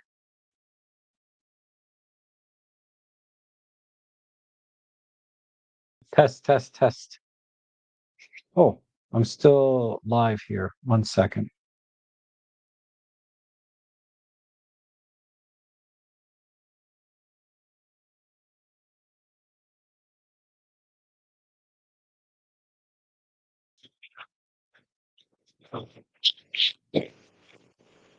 We'll be back in 1 minute.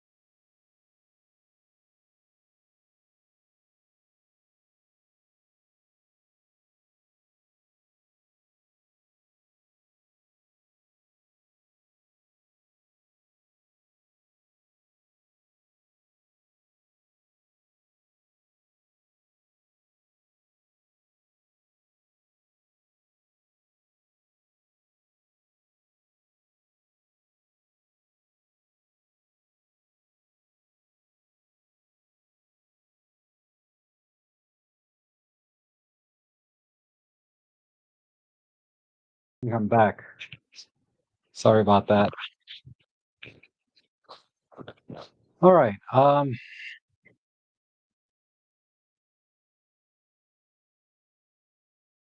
Said you sent it about a month ago. Gosh, I delete everything like every week from the stream, so you might have to submit it again because I don't remember it at all. Maybe you emailed it to me, but if you can upload it, I'll look for it today and download it. Okay, let me go over to the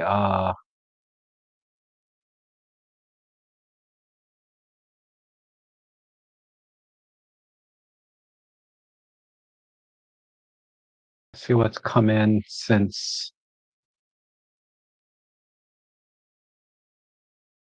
What is this?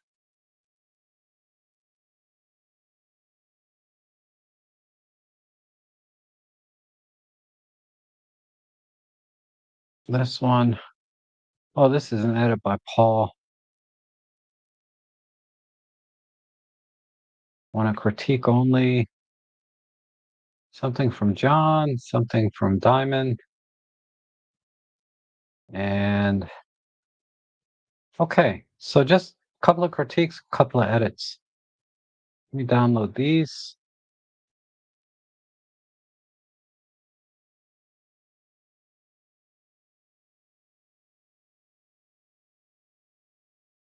And they're prepping now.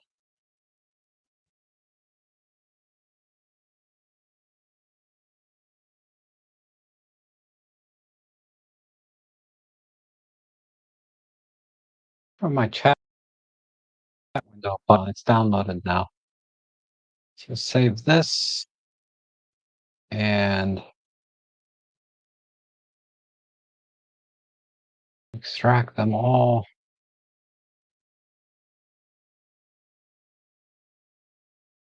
I'm going to drag this one over to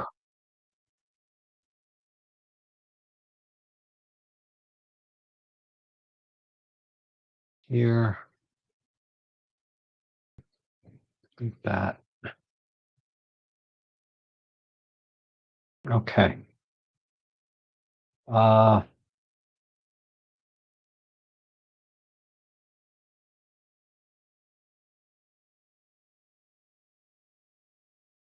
so before we go to the newest ones, I wanted to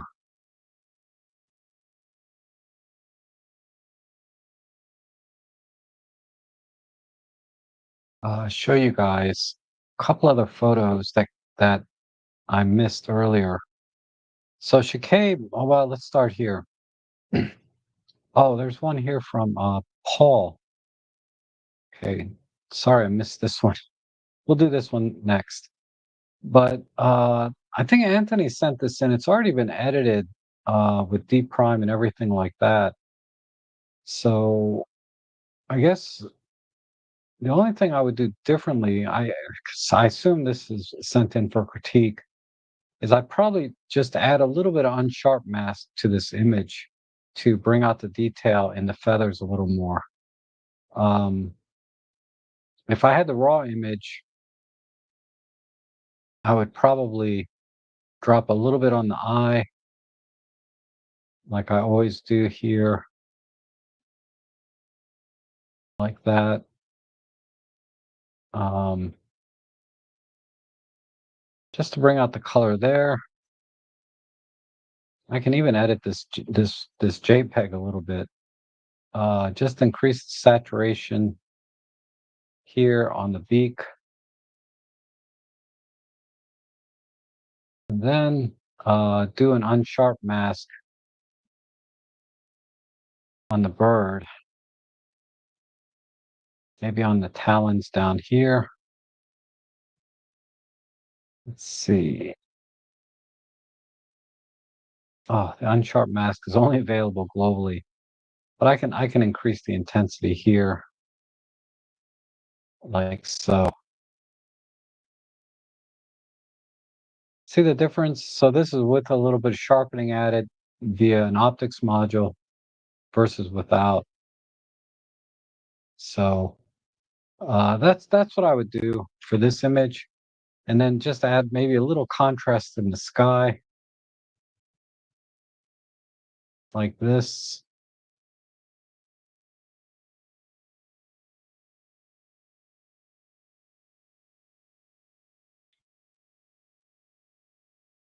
And if I export this,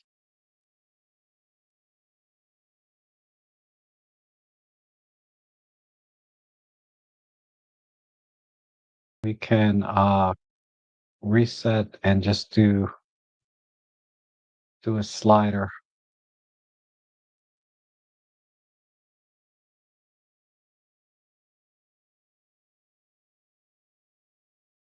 So a very subtle difference between the two. Right. There we go. So this is the original on the right. This is my edit on the left. So from a wide point, it's just I just add a little bit of light on this side, and then when we look at the finer details, though, a little saturation and eye work, and then some on the feathers, like so. Okay, but that's the only thing I would do different. It looks a little bit too crispy here when I'm zoomed in this close, but when you just kind of back it off at a normal viewing distance, it looks fine. But the composition is very good. I like the negative space in this case. It doesn't hurt the image because I'm not a big fan of negative space, but in this case, it does seem to work pretty well. Also, Shakib sent in a couple of his edits, so I'm going to put mine as a reference and just compare to his edits. So this is my edit. I did black and white. Shakib kind of stuck with a color image. Um, and yeah, the horizon is very straight, or actually a little less straight than mine, or it might be straighter. But to me, this I perceive this as a little bit straighter on the horizon than this one. Uh, but yeah, he did a good job accenting the flowers here. That was definitely on my short list of things to edit if I was going to do a color. The only thing I would have done differently really is just accent some of the reds and blues a little more right in here and over in here with the cows. And then you have an additional edit here, uh, just a little wider crop, it looks like, and a little less contrast, but pretty much the same edit otherwise, as far as I can tell. Um, but ultimately, I kind of like the black and white better. If this were my shot, I kind of like this shot better, and the composition being wider, I kind of like that better too. All right, and then let's see, was there anything else in here? Okay, oh yeah, the castle.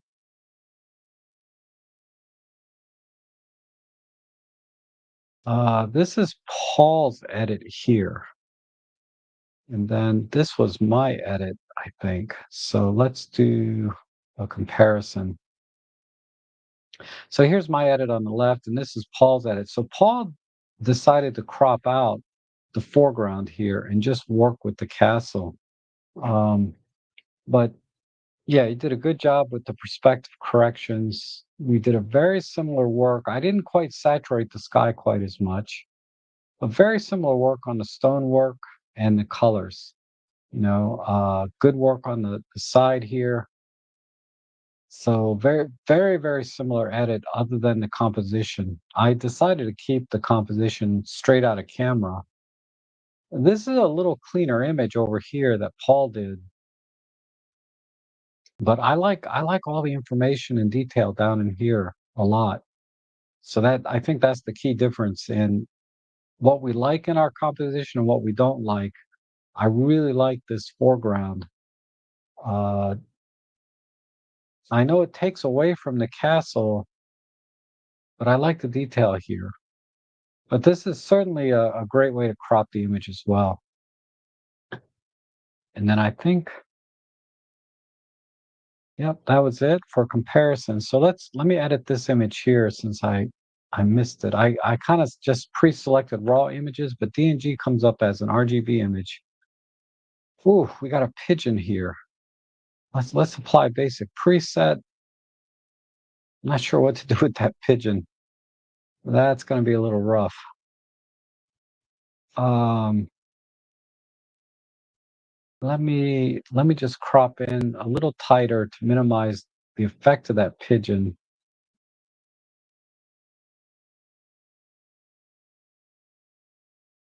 But I don't know if I can do that. I guess that works. And then I can brush this out. Let me try and do that now. What am I on, a repair tool? Let's see how the repair tool does with this. Not bad. Let me just go out a little more. All right, that's reasonable. Um, Now the eyes look like they're closed, so nothing to do there, but I do want to bring out the head a little bit brighter. So I'm going to use a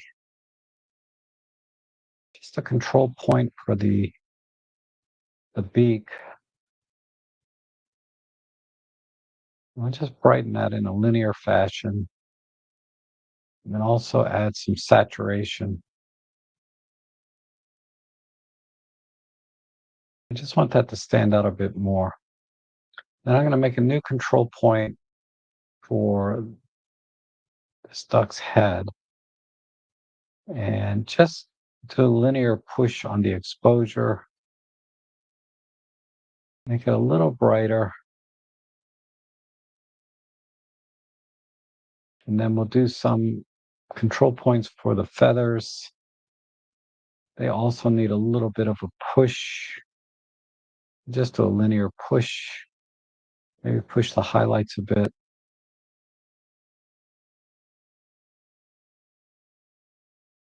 A little more push here. And some micro contrast. And then I'm going to accentuate some of the speculars here. That's going to be a little harder, but I'll start with an easy one right in here. So I'm going to make a very tight luma mask. I want the speculars to really stand out. So let's just push the highlights and midtones. Maybe back off this luma a little bit. And then let me pick a specular over here.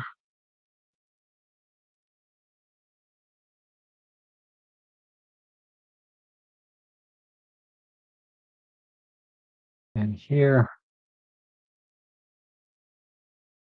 Let's see if that's maybe some clear view, micro contrast. Yeah, that helps a little bit. And this specular down here.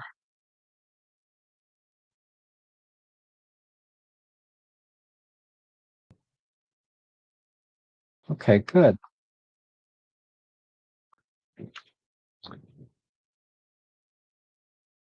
And I think that's pretty much it. So let me export this as a JPEG. And I did apply, yeah, I applied all the DxO stuff. And then when that's ready, we will compare it.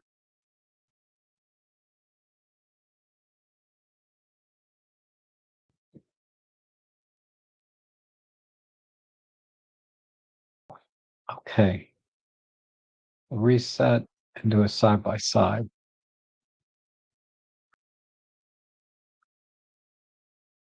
Okay, so the original, clearly I cropped in very tight, but um, if I zoom in to where I crop, let's look at some of the finer details. Mainly it's in the lighting. The head was a little bit dark for my taste. And also the feathers here in the rear, I wanted to make sure I brought out the details there.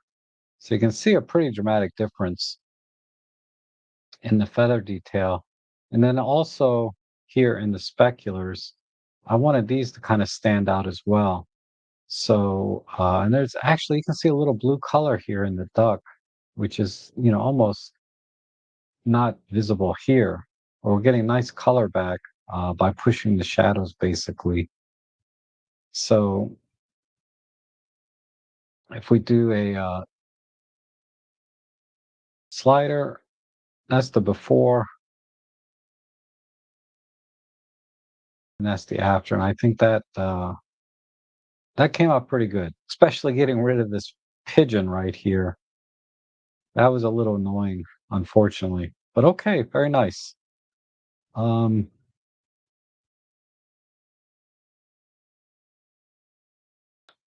I lost my window here. Here we go.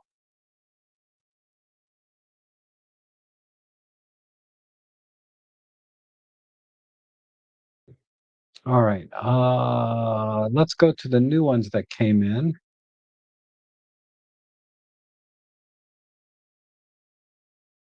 Okay, so this one I saw one that said critique only. Oh, this one. Oh, so this is your edit of this image here. Okay. I try not to look at your edits before I edit them, but let me download the optics modules and then we'll get to editing. So EM10 Mark IV with a 75 to 300, such an awesome combo.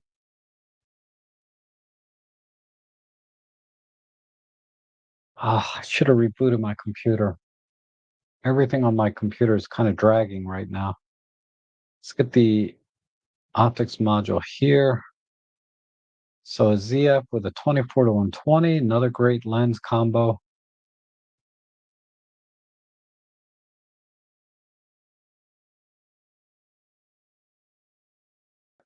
Wait for that one. All right, so let's see. We have a deer or doe actually, and let's start with a basic preset.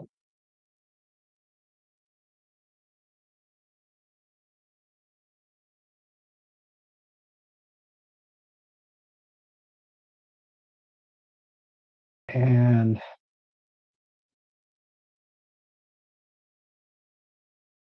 I'm going to come in a lot tighter. Let me compositionally, I think,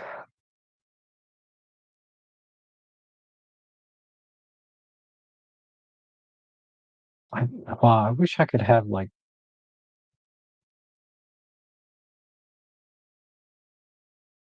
let me see. This to me is kind of interesting. Just a very, very tight crop. I just need to balance the the head here with the rest of the body. Maybe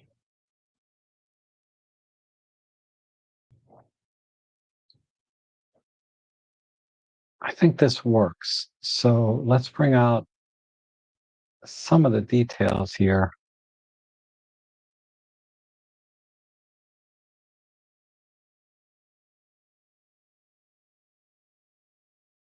Oops. And then the clear view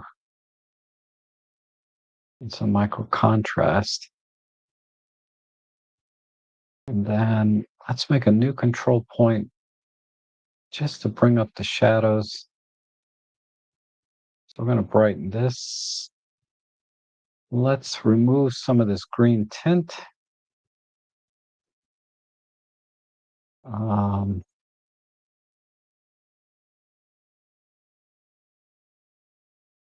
like so.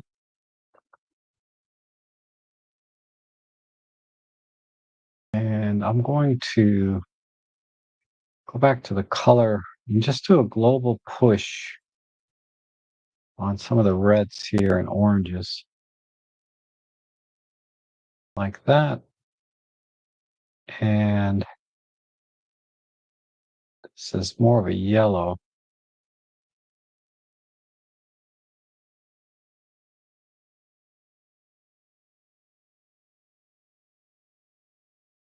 Okay. All right.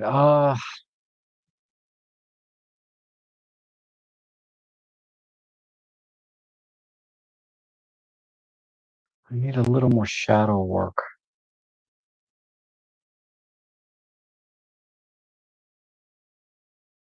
And maybe a little bit of work on the pinks.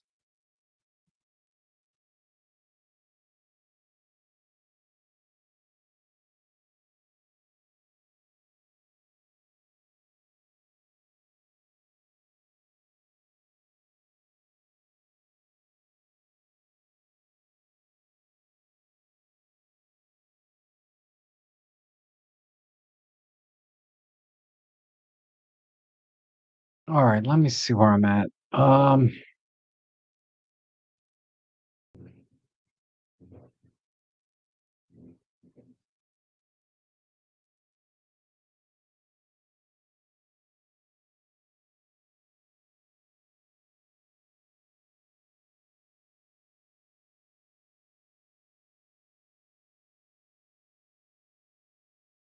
Yeah, I think that's it. So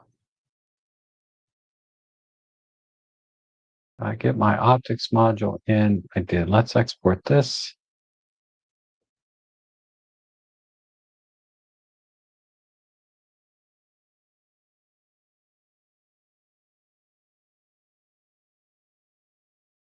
Reset. So basically, I tried to just do something a little different with this one by going in a very tight crop. I think this works for me because there's really nothing in the background. I mean, it's blurred out, of course, but it just this red green sort of combination, I think, is nice in terms of complementary color kind of scheme, but I just want to do something different because overall the composition is, yeah, it's not great because we can't see the legs, we can't see the ground.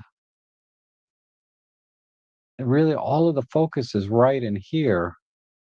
So I think just going with a very, very tight crop, I think makes the most sense to me. So that's the before, or that's the after, and that's the before. So not a lot of difference in the editing, from the raw, right? Just a little bit crispier, a little bit finer details here. But for me, this composition works. Okay. Um, I don't know. What do you think, Marco? You just ran out with your camera? That's funny. I know I get so many deer in my backyard. Not my back, now my neighbor's backyard. The deer won't come in my yard anymore because of Ellie. All right, so let's see. Uh this I think if I just look at your edit, I don't think I need to edit. I think your edit looks really good. Still a little bit of noise in here though. So actually let me try and edit this a tiny bit. See if I can do a little better job. Um but I like what you did already. So my composition, I'd probably go square and just go right up in here. Just put the butterfly somewhere in that area, like so. Actually, maybe even a little bit more.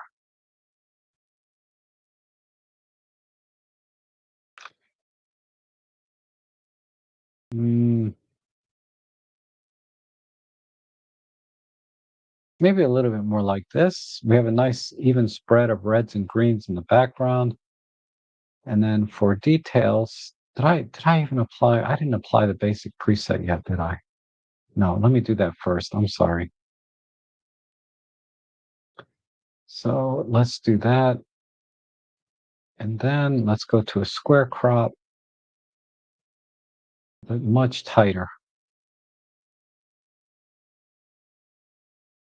A little bit more in. Okay, I think this works. And then just a little push in the shadows. So let's do a linear push. I'm going to overexpose it slightly, but then I'm going to add some clear view back in, some micro contrast.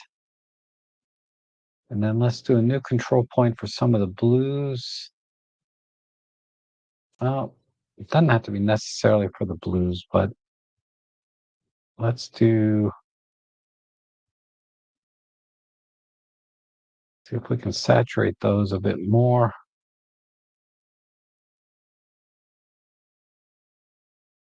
Yeah. And then the oranges,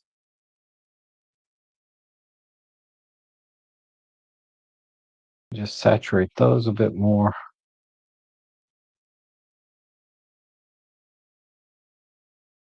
And then let's do a control line for the reds. Because the reds they're not too strong, but I think we can temper them just a tiny bit.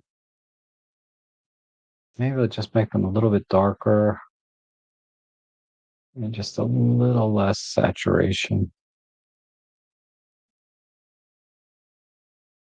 And then we need to warm up the image also. I'm going to do that on a global basis. Just push it. Yeah, just about right there.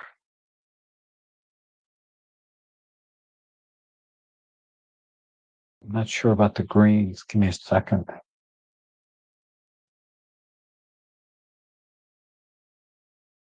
Uh, yeah, I'm going to just bring a little green back in. All right, let me look at the loop tool and then see how we're doing on the fine details and noise. I mean, we're only at ISO 3200 here. Let me see. I back this off a little bit.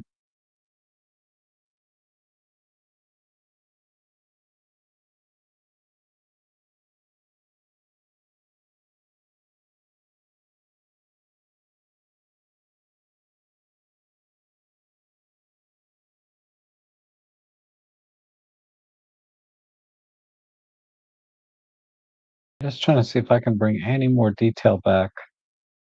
Doesn't look like it. I'm just going to back that off a little bit.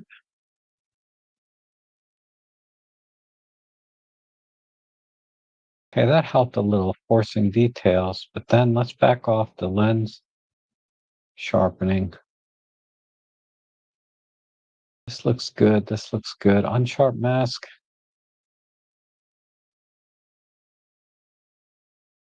Yep, that's about right. If I expand that a tiny bit,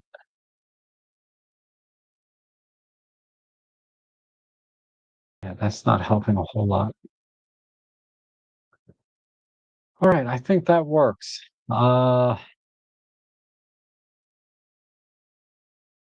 Maybe a little bit of a vignette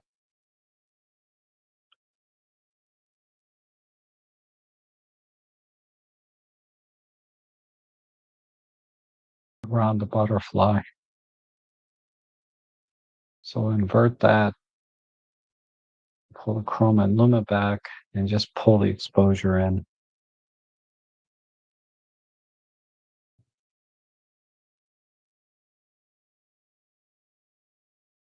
Like so. Let me push this a bit up. Got the clear view action. Okay, I think we're done. So let's see how close I came. Uh, and export that.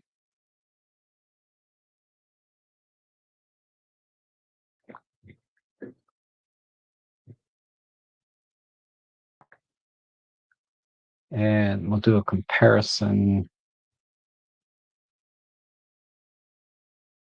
Reset.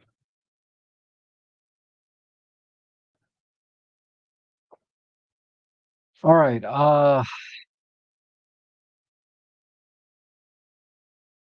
So yeah, I think that looks really good.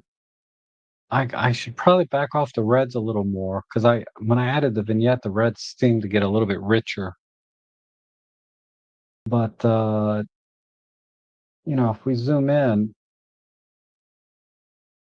I think DxO did a good job, albeit there's a little bit of artifacting going on here with the noise reduction. When we pixel peep like this, but I think from a normal viewing point, it looks perfectly fine. And this crop works for me. So let me compare. Let's go back to the library and compare your edit as a reference with uh, with mine. So clearly, I went brighter with the butterfly than you did. We did very similar thing to the background, other than you went a little bit harder pulling in the blacks than I did. And then if we look at the finer details, yeah, I think I did a little better job with the noise reduction and fine details. Just a little bit, but yours has been resized too, it looks like, because it's pixelating. So maybe that's the difference. But definitely on the noise front, there's definitely more noise on yours than on mine. But the crop actually is very, very similar. Yours looks like a 5 by 4, whereas I went square, but I like your crop better. Definitely. 5 by 4 works better. Uh, the only thing I would have done differently with yours is just warm it up a little bit.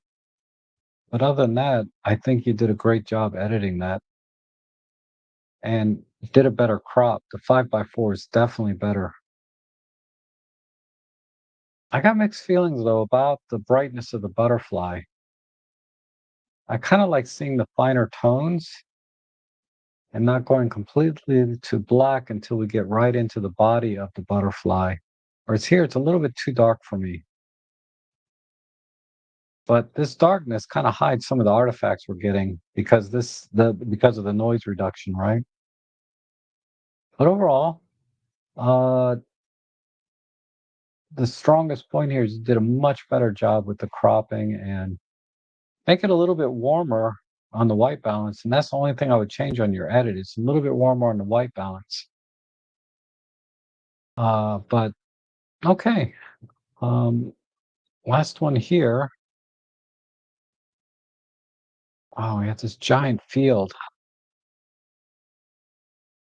Let's apply basic preset. I'm gonna definitely go super wide on this. Either wide or tall. I'm not sure.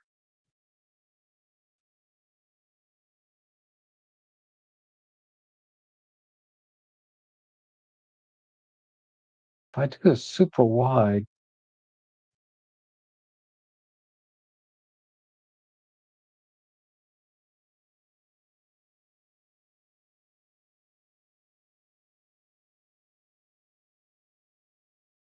that's not bad.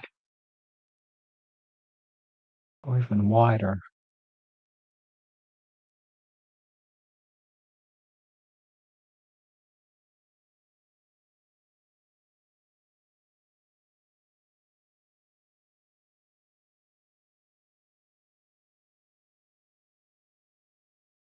All right, let's try.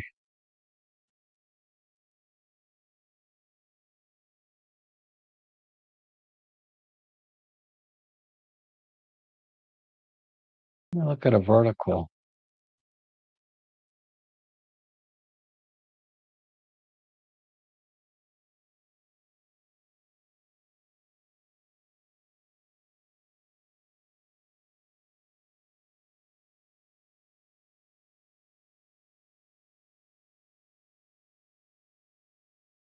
I kind of like a vertical with this.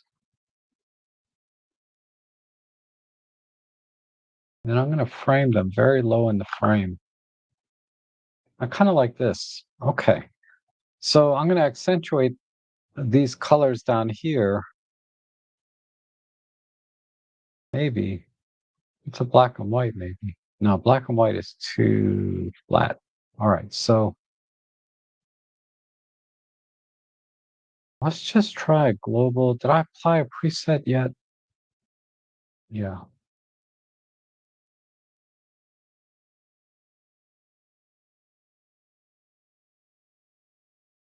Let's just try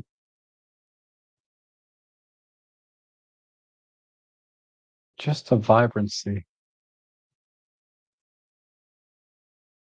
And then I don't know if I can, I'm going to have to do a local adjustment.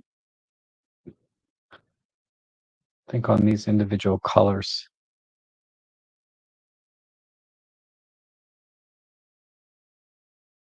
Let's try.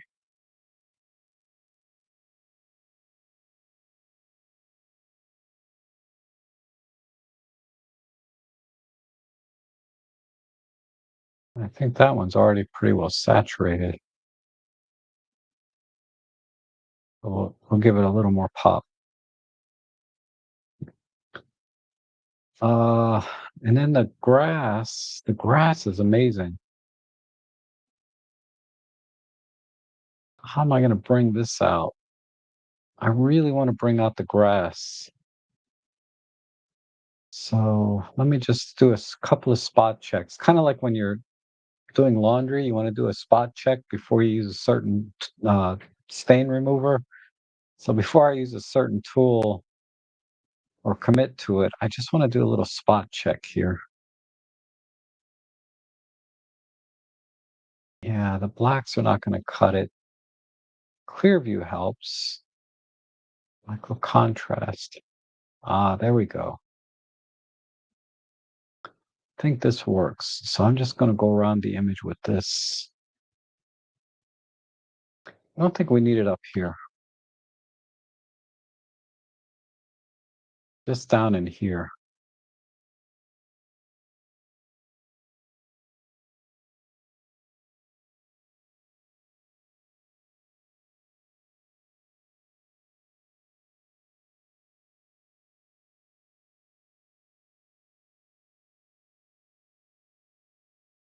How about some regular contrast?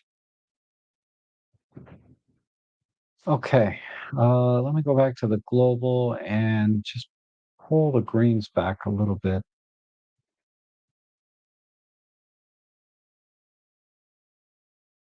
Right about there.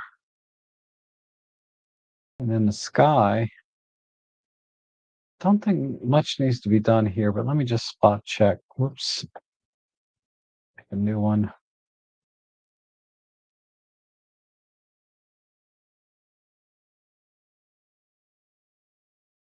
Do that, and some contrast.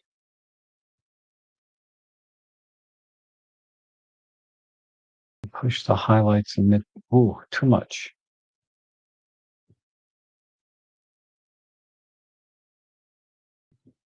Something like that. And maybe even,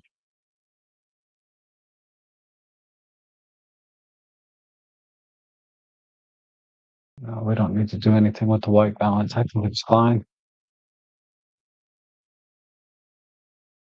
Okay, let me see where I'm at. These can be a little tighter.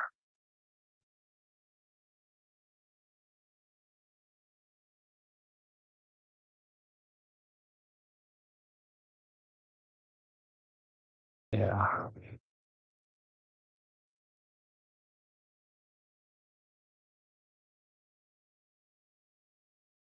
Oops. And then I want to, let me just work on the global exposure. Push the highlights a little more.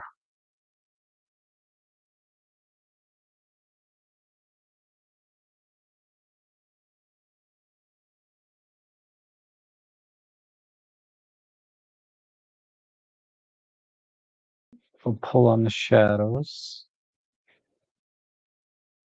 Mm,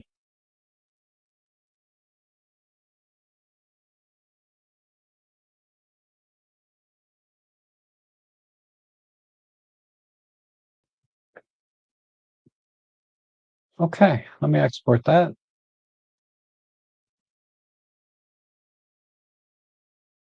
And we'll compare that when it's ready.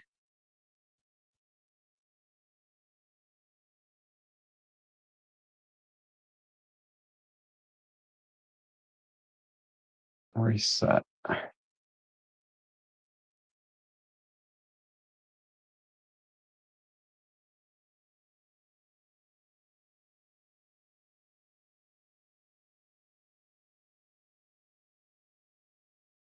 Okay, so here's the original on the right. I have a horizontal crop. I like that. Did I miss something up here? What is that? Is that no? Okay. I think the horizontal crop, I'm not sure. It didn't work for me for whatever reason. I just felt like there was just too much grass here relative to the subjects. The subjects are very interesting here. These two little accents of people. And there's nothing over here that's not over here, right? So this is essentially all negative space. And then we have more negative space up here in the form of clouds. So what I did here with the verticals, I split the clouds and the grass, uh, thereby just cutting off the negative space on the left and right side, rather than trying. Because if I tried to cut the negative space off the top and bottom, that might have worked, but then it just I don't know. I would lose these people in that crop, or they would be a little bit off balance for me. So I think the vertical crop works better for me uh, this way rather than the original wide. So yeah, I like how this came out.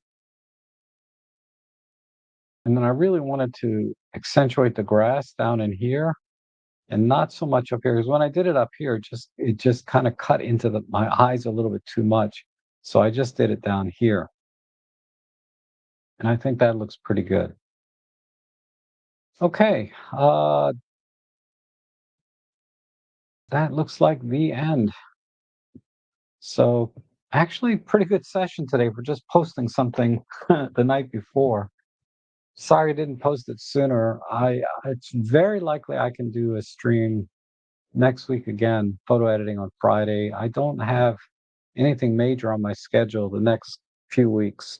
Uh, that would interrupt my normal streaming schedule, thank goodness, because my social and battery is very low. And also my uh, uh, I've been doing some tutoring and stuff, which has been kind of draining because I have to do a lot of prep and everything before I actually go see the student or students, I should say. So I've been drained a little bit emotionally and mentally from work and play. But great images this week. You guys are submitting some really beautiful images, and the editing that you're doing on your own images when you share them are also really nice and very educational, I think, for everyone to see the differences uh, between the two approaches to the same image. And so if you if you submit your images, but you also edited your image already, go ahead and submit the edit as well if you want. We can compare what you did to what I did, like we did with the butterfly today. And I ended up liking much better the 5x4 crop in particular that Paul did, I believe.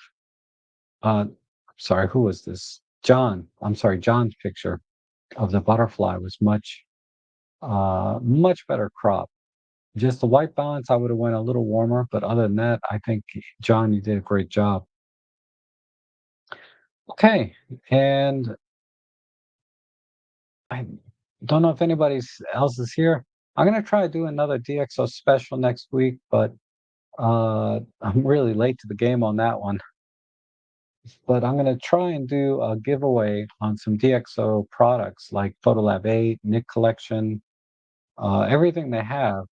I'm gonna run a promotion next week where I can give away some software, so license keys basically. So stay tuned for that. Look out for that next week, if not this weekend. And I'll be back on Sunday, God willing, for another live stream for regular photo chats. So I hope to see you all there. Thanks so much for joining me today, and I hope to see you again soon.